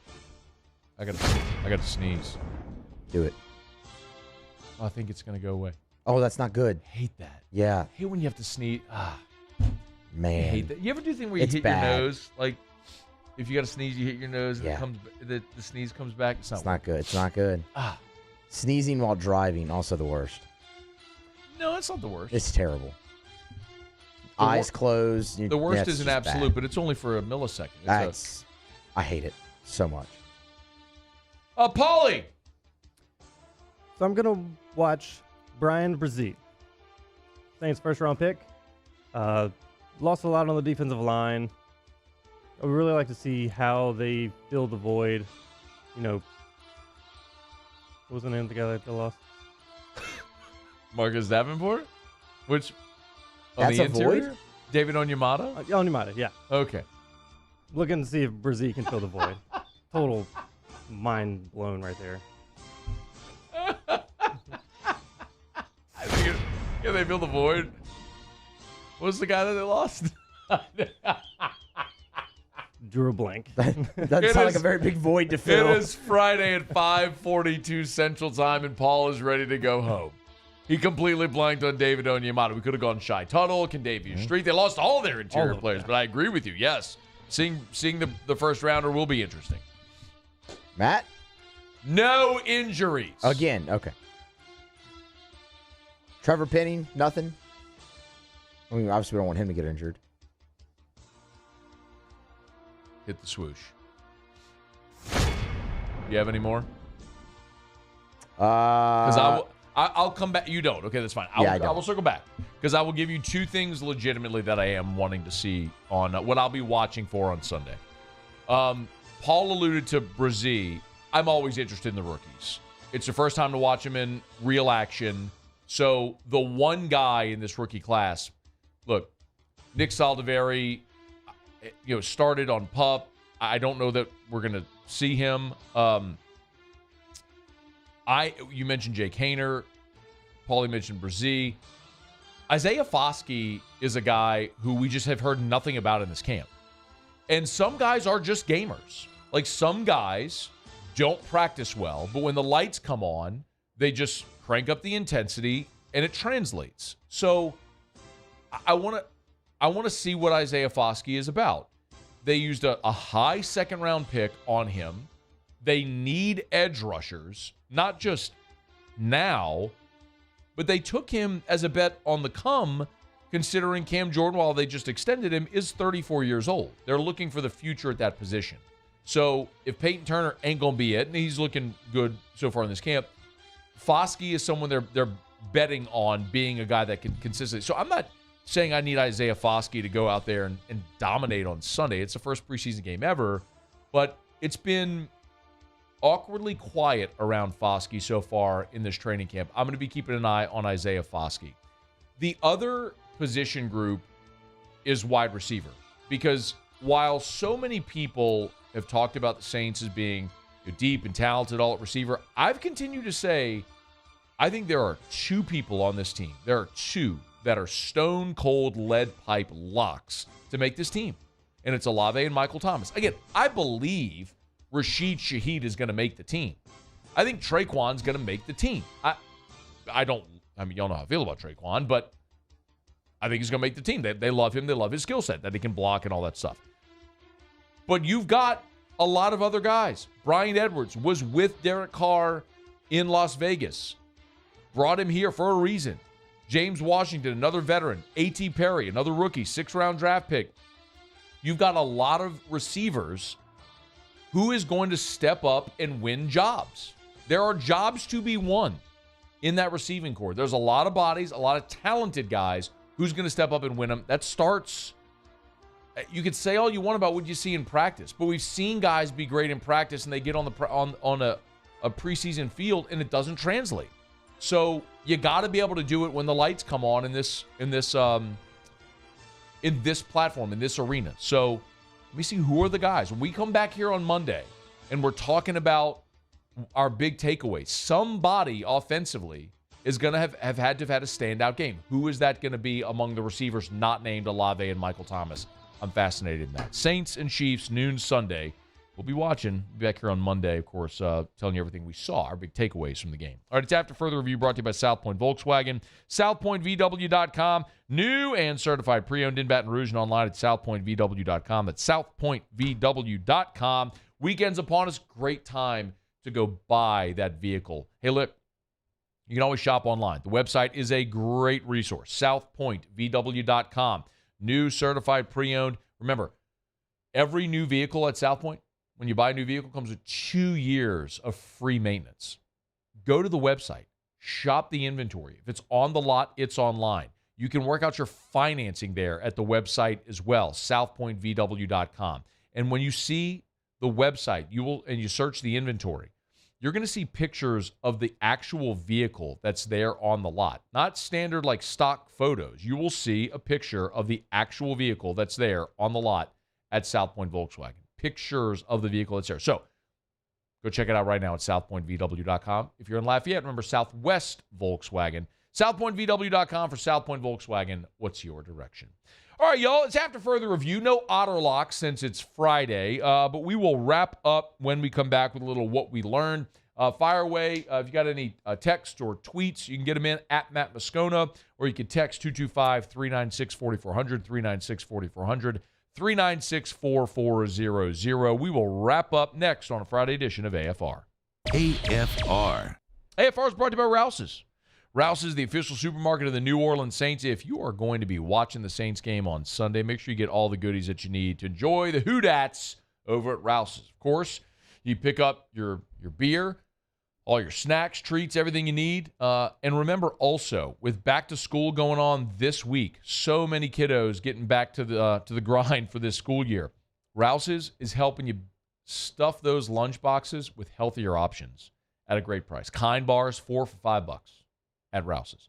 You want Quest chips, 2 for $5. Quest bars, 2 for $5. Bypass the soda and put a Celsius non-carbonated sparkling water in their lunchbox, 2 for $4. It's a great way to give your kiddos healthy options in their lunchbox when they go to school and do it affordably. Rouse's helps makes that happen. You get to Rouse's.com, download the Rouse's app, or stop by your neighborhood. Rouse's. This feels like home. I've been doing business with Luba for 25 years. They're dependable, trustworthy. It's just the attention to detail with our clients. Our folks have years and years of experience. They're highly trained professionals, but many companies have that asset. What I'd like to think makes Luba a bit different is that we use those talents in a way that truly is dedicated to serving the needs of the folks who depend on us. Bayou Ford has $8,000 off MSRP, plus 1.9% financing on new 23 Ford F-150 XLT trucks, along with Bayou Ford's 1 million mile warranty. The crew at Bayou Ford is going to do right by you. The importance of doing this fortified program and offering it to people down here is, number one, the only real chance you're going to get to do this is when you put on a new roof or build new. And through companies like HUDCO, who's kind of leading the way in this thing, it's going to offer the customers a huge advantage in the insurance market and the price of their insurance. we're not looking to make a fortune off fortifying. We're trying to give you a better product than our competitor at the moment. I'm trying to do something that he can. I'm trying to give you something better. So a lot of these insurance jobs, you're getting a re-roof, you're only paying your deductible. Let's sit down and talk about the fortified and let's see what it does to your insurance premium. You're getting a steal. Yeah. You're getting a brand new roof and a fortified certificate for your deductible, essentially. And I think we're rocking and rolling.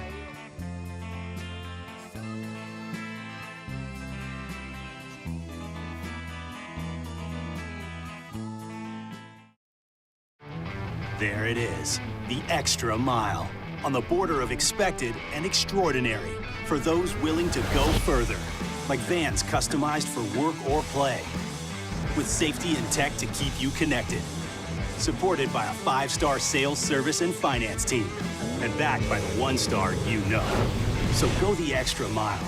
It's never crowded, because so few have what it takes to go there. Mercedes-Benz Vans.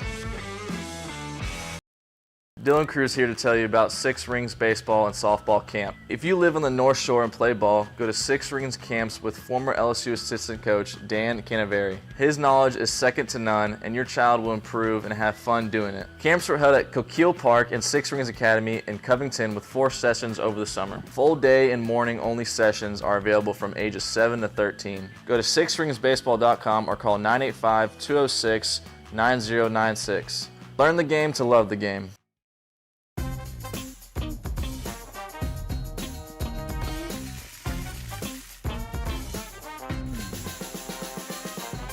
The best kept secret in town is out.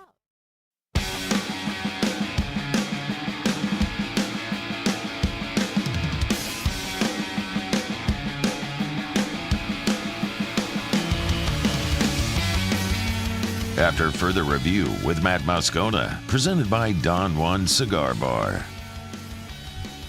All right, down the stretch we come. Final segment here on a Friday edition of AFR. Always appreciate our friends over at Don Juan Cigar Bar. Get on by this weekend over to Don Juan. Relax, enjoy some football, cocktail, craft beer, premium cigar. It's Don Juan Cigar Bar.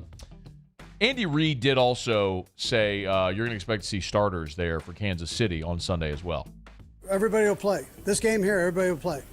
And they deserve that. They've earned that right. They've made it through this part of camp, and they've earned the right to get out there. And obviously, we can't keep everybody. I tell them that. We can't keep everybody. Make the decision hard on Brett, myself, and let's go. We're going to give you an opportunity, though, to get yourself on tape. And so prepare and then go shine. So they're going to play everybody. Patrick Mahomes, for what it's worth, reigning MVP, Super Bowl champ, talked about why he likes playing in the preseason. It's just getting that first, I always say that first hit. You want to get hit where it's not too hard, but you can feel it. You go through a long offseason of working through the pocket and knowing the guys are rushing, but they can't touch you. And so it's just different when you get in the game and you're able to get tackled and everything like that. And I like to have at least 1 or 2 drives under my belt to say that I'm ready to go. We're doing the right things. And Coach Reid, he allows me to do that. He allows me to get in there. And adding the new tackles will be good to kind of get a feel for them as well. They've done great in training camp so far. And I'm excited for them to get that opportunity to go out in a real game. Big opportunity for that, at least the starters on the Saints defensive line, get an opportunity to go against not completely new, but new tackles there in Kansas City. And then obviously also try to chase down the best player in the NFL right now in Patrick Mahomes. On the flip side of it, Derek Carr today was asked about his opportunity. This guy going his 10th year. Usually you don't see 10-year vet quarterbacks playing in the preseason, but Carr said he's open to it. I was thinking about this the other day because someone was asking me a question about playing the preseason. I was like, you know what? When you've been cut and released, any chance you get to put a uniform on in an NFL game, take full advantage. They want me to play the whole game. I'll play the whole game gladly because I'm not going to take any of this for granted. And so whatever he asks of us, it's usually not as much as you ever want it to be because you're starting to feel good and then bam, you're done. But whatever they ask, we'll do it. Love the attitude. Derek Carr has been everything you could have possibly hoped from a leader of the franchise organization coming in immediately and doing that job. So we'll see it begin, that first step on Sunday in the Dome. All right, we'll get to what we learned here in just a second. Quick reminder about Mold Zero USA. And I love telling you about Mold Zero. It's a cost-effective way to remove mold, odors, other harmful pathogens. It's a more efficient, effective way with the dry fog. You're not cutting sheetrock or ripping up carpet. And usually, it's efficient. They can get you in and out in less than a day. Mold Zero. Mold-ZeroUSA.com. You want to learn more about the process. You want to talk about pricing and learn just about what they actually do. Give Jim and the gang over at Mold Zero a call and go to the website mold-zerousa.com. Mold-zerousa.com.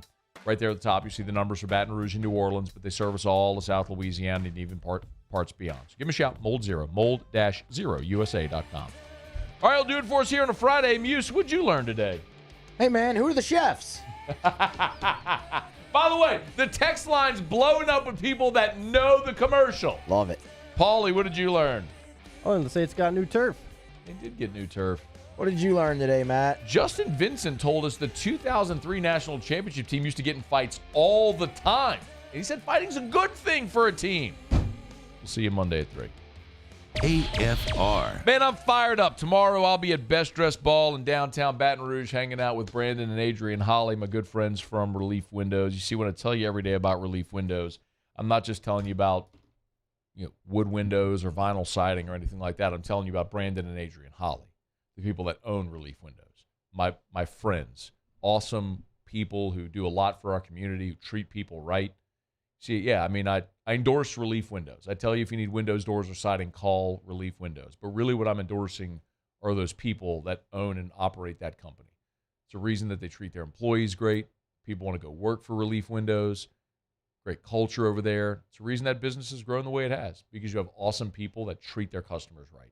It's a pretty simple concept, but it's easier to say than it is to do, and they've just about perfected it. Yep, they are windows, doors, siding, but they're also experience, quality, and service. It's Relief Windows. Check them out online at reliefwindows.com. That's reliefwindows.com. Experience, quality, and service. Relief Windows.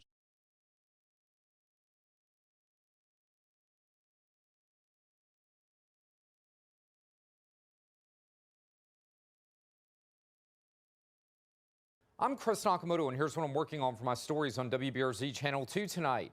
A week after the WBRZ investigative unit showed you shocking video of a West Baton Rouge Reserve deputy opening fire on a fleeing car, we've learned 2 respected law enforcement officers were hired to review the case. The investigation will determine if the Reserve officer broke the law by firing a weapon into the back of that fleeing car. I'm Chris Nakamoto from WBRZ. Watch more tonight on WBRZ Channel 2. Follow us on Twitter at 1045ESPN to cast your vote in the Citizens Bank and Trust poll of the day. Vote daily inside Off the Bench, live at lunch on Palmer. And after further review, Citizens Bank and Trust brings you the poll of the day via Twitter at 1045ESPN. Bayou Chrysler Dodge Jeep Ram has $12,000 off MSRP on new 23 Ram 1500 trucks.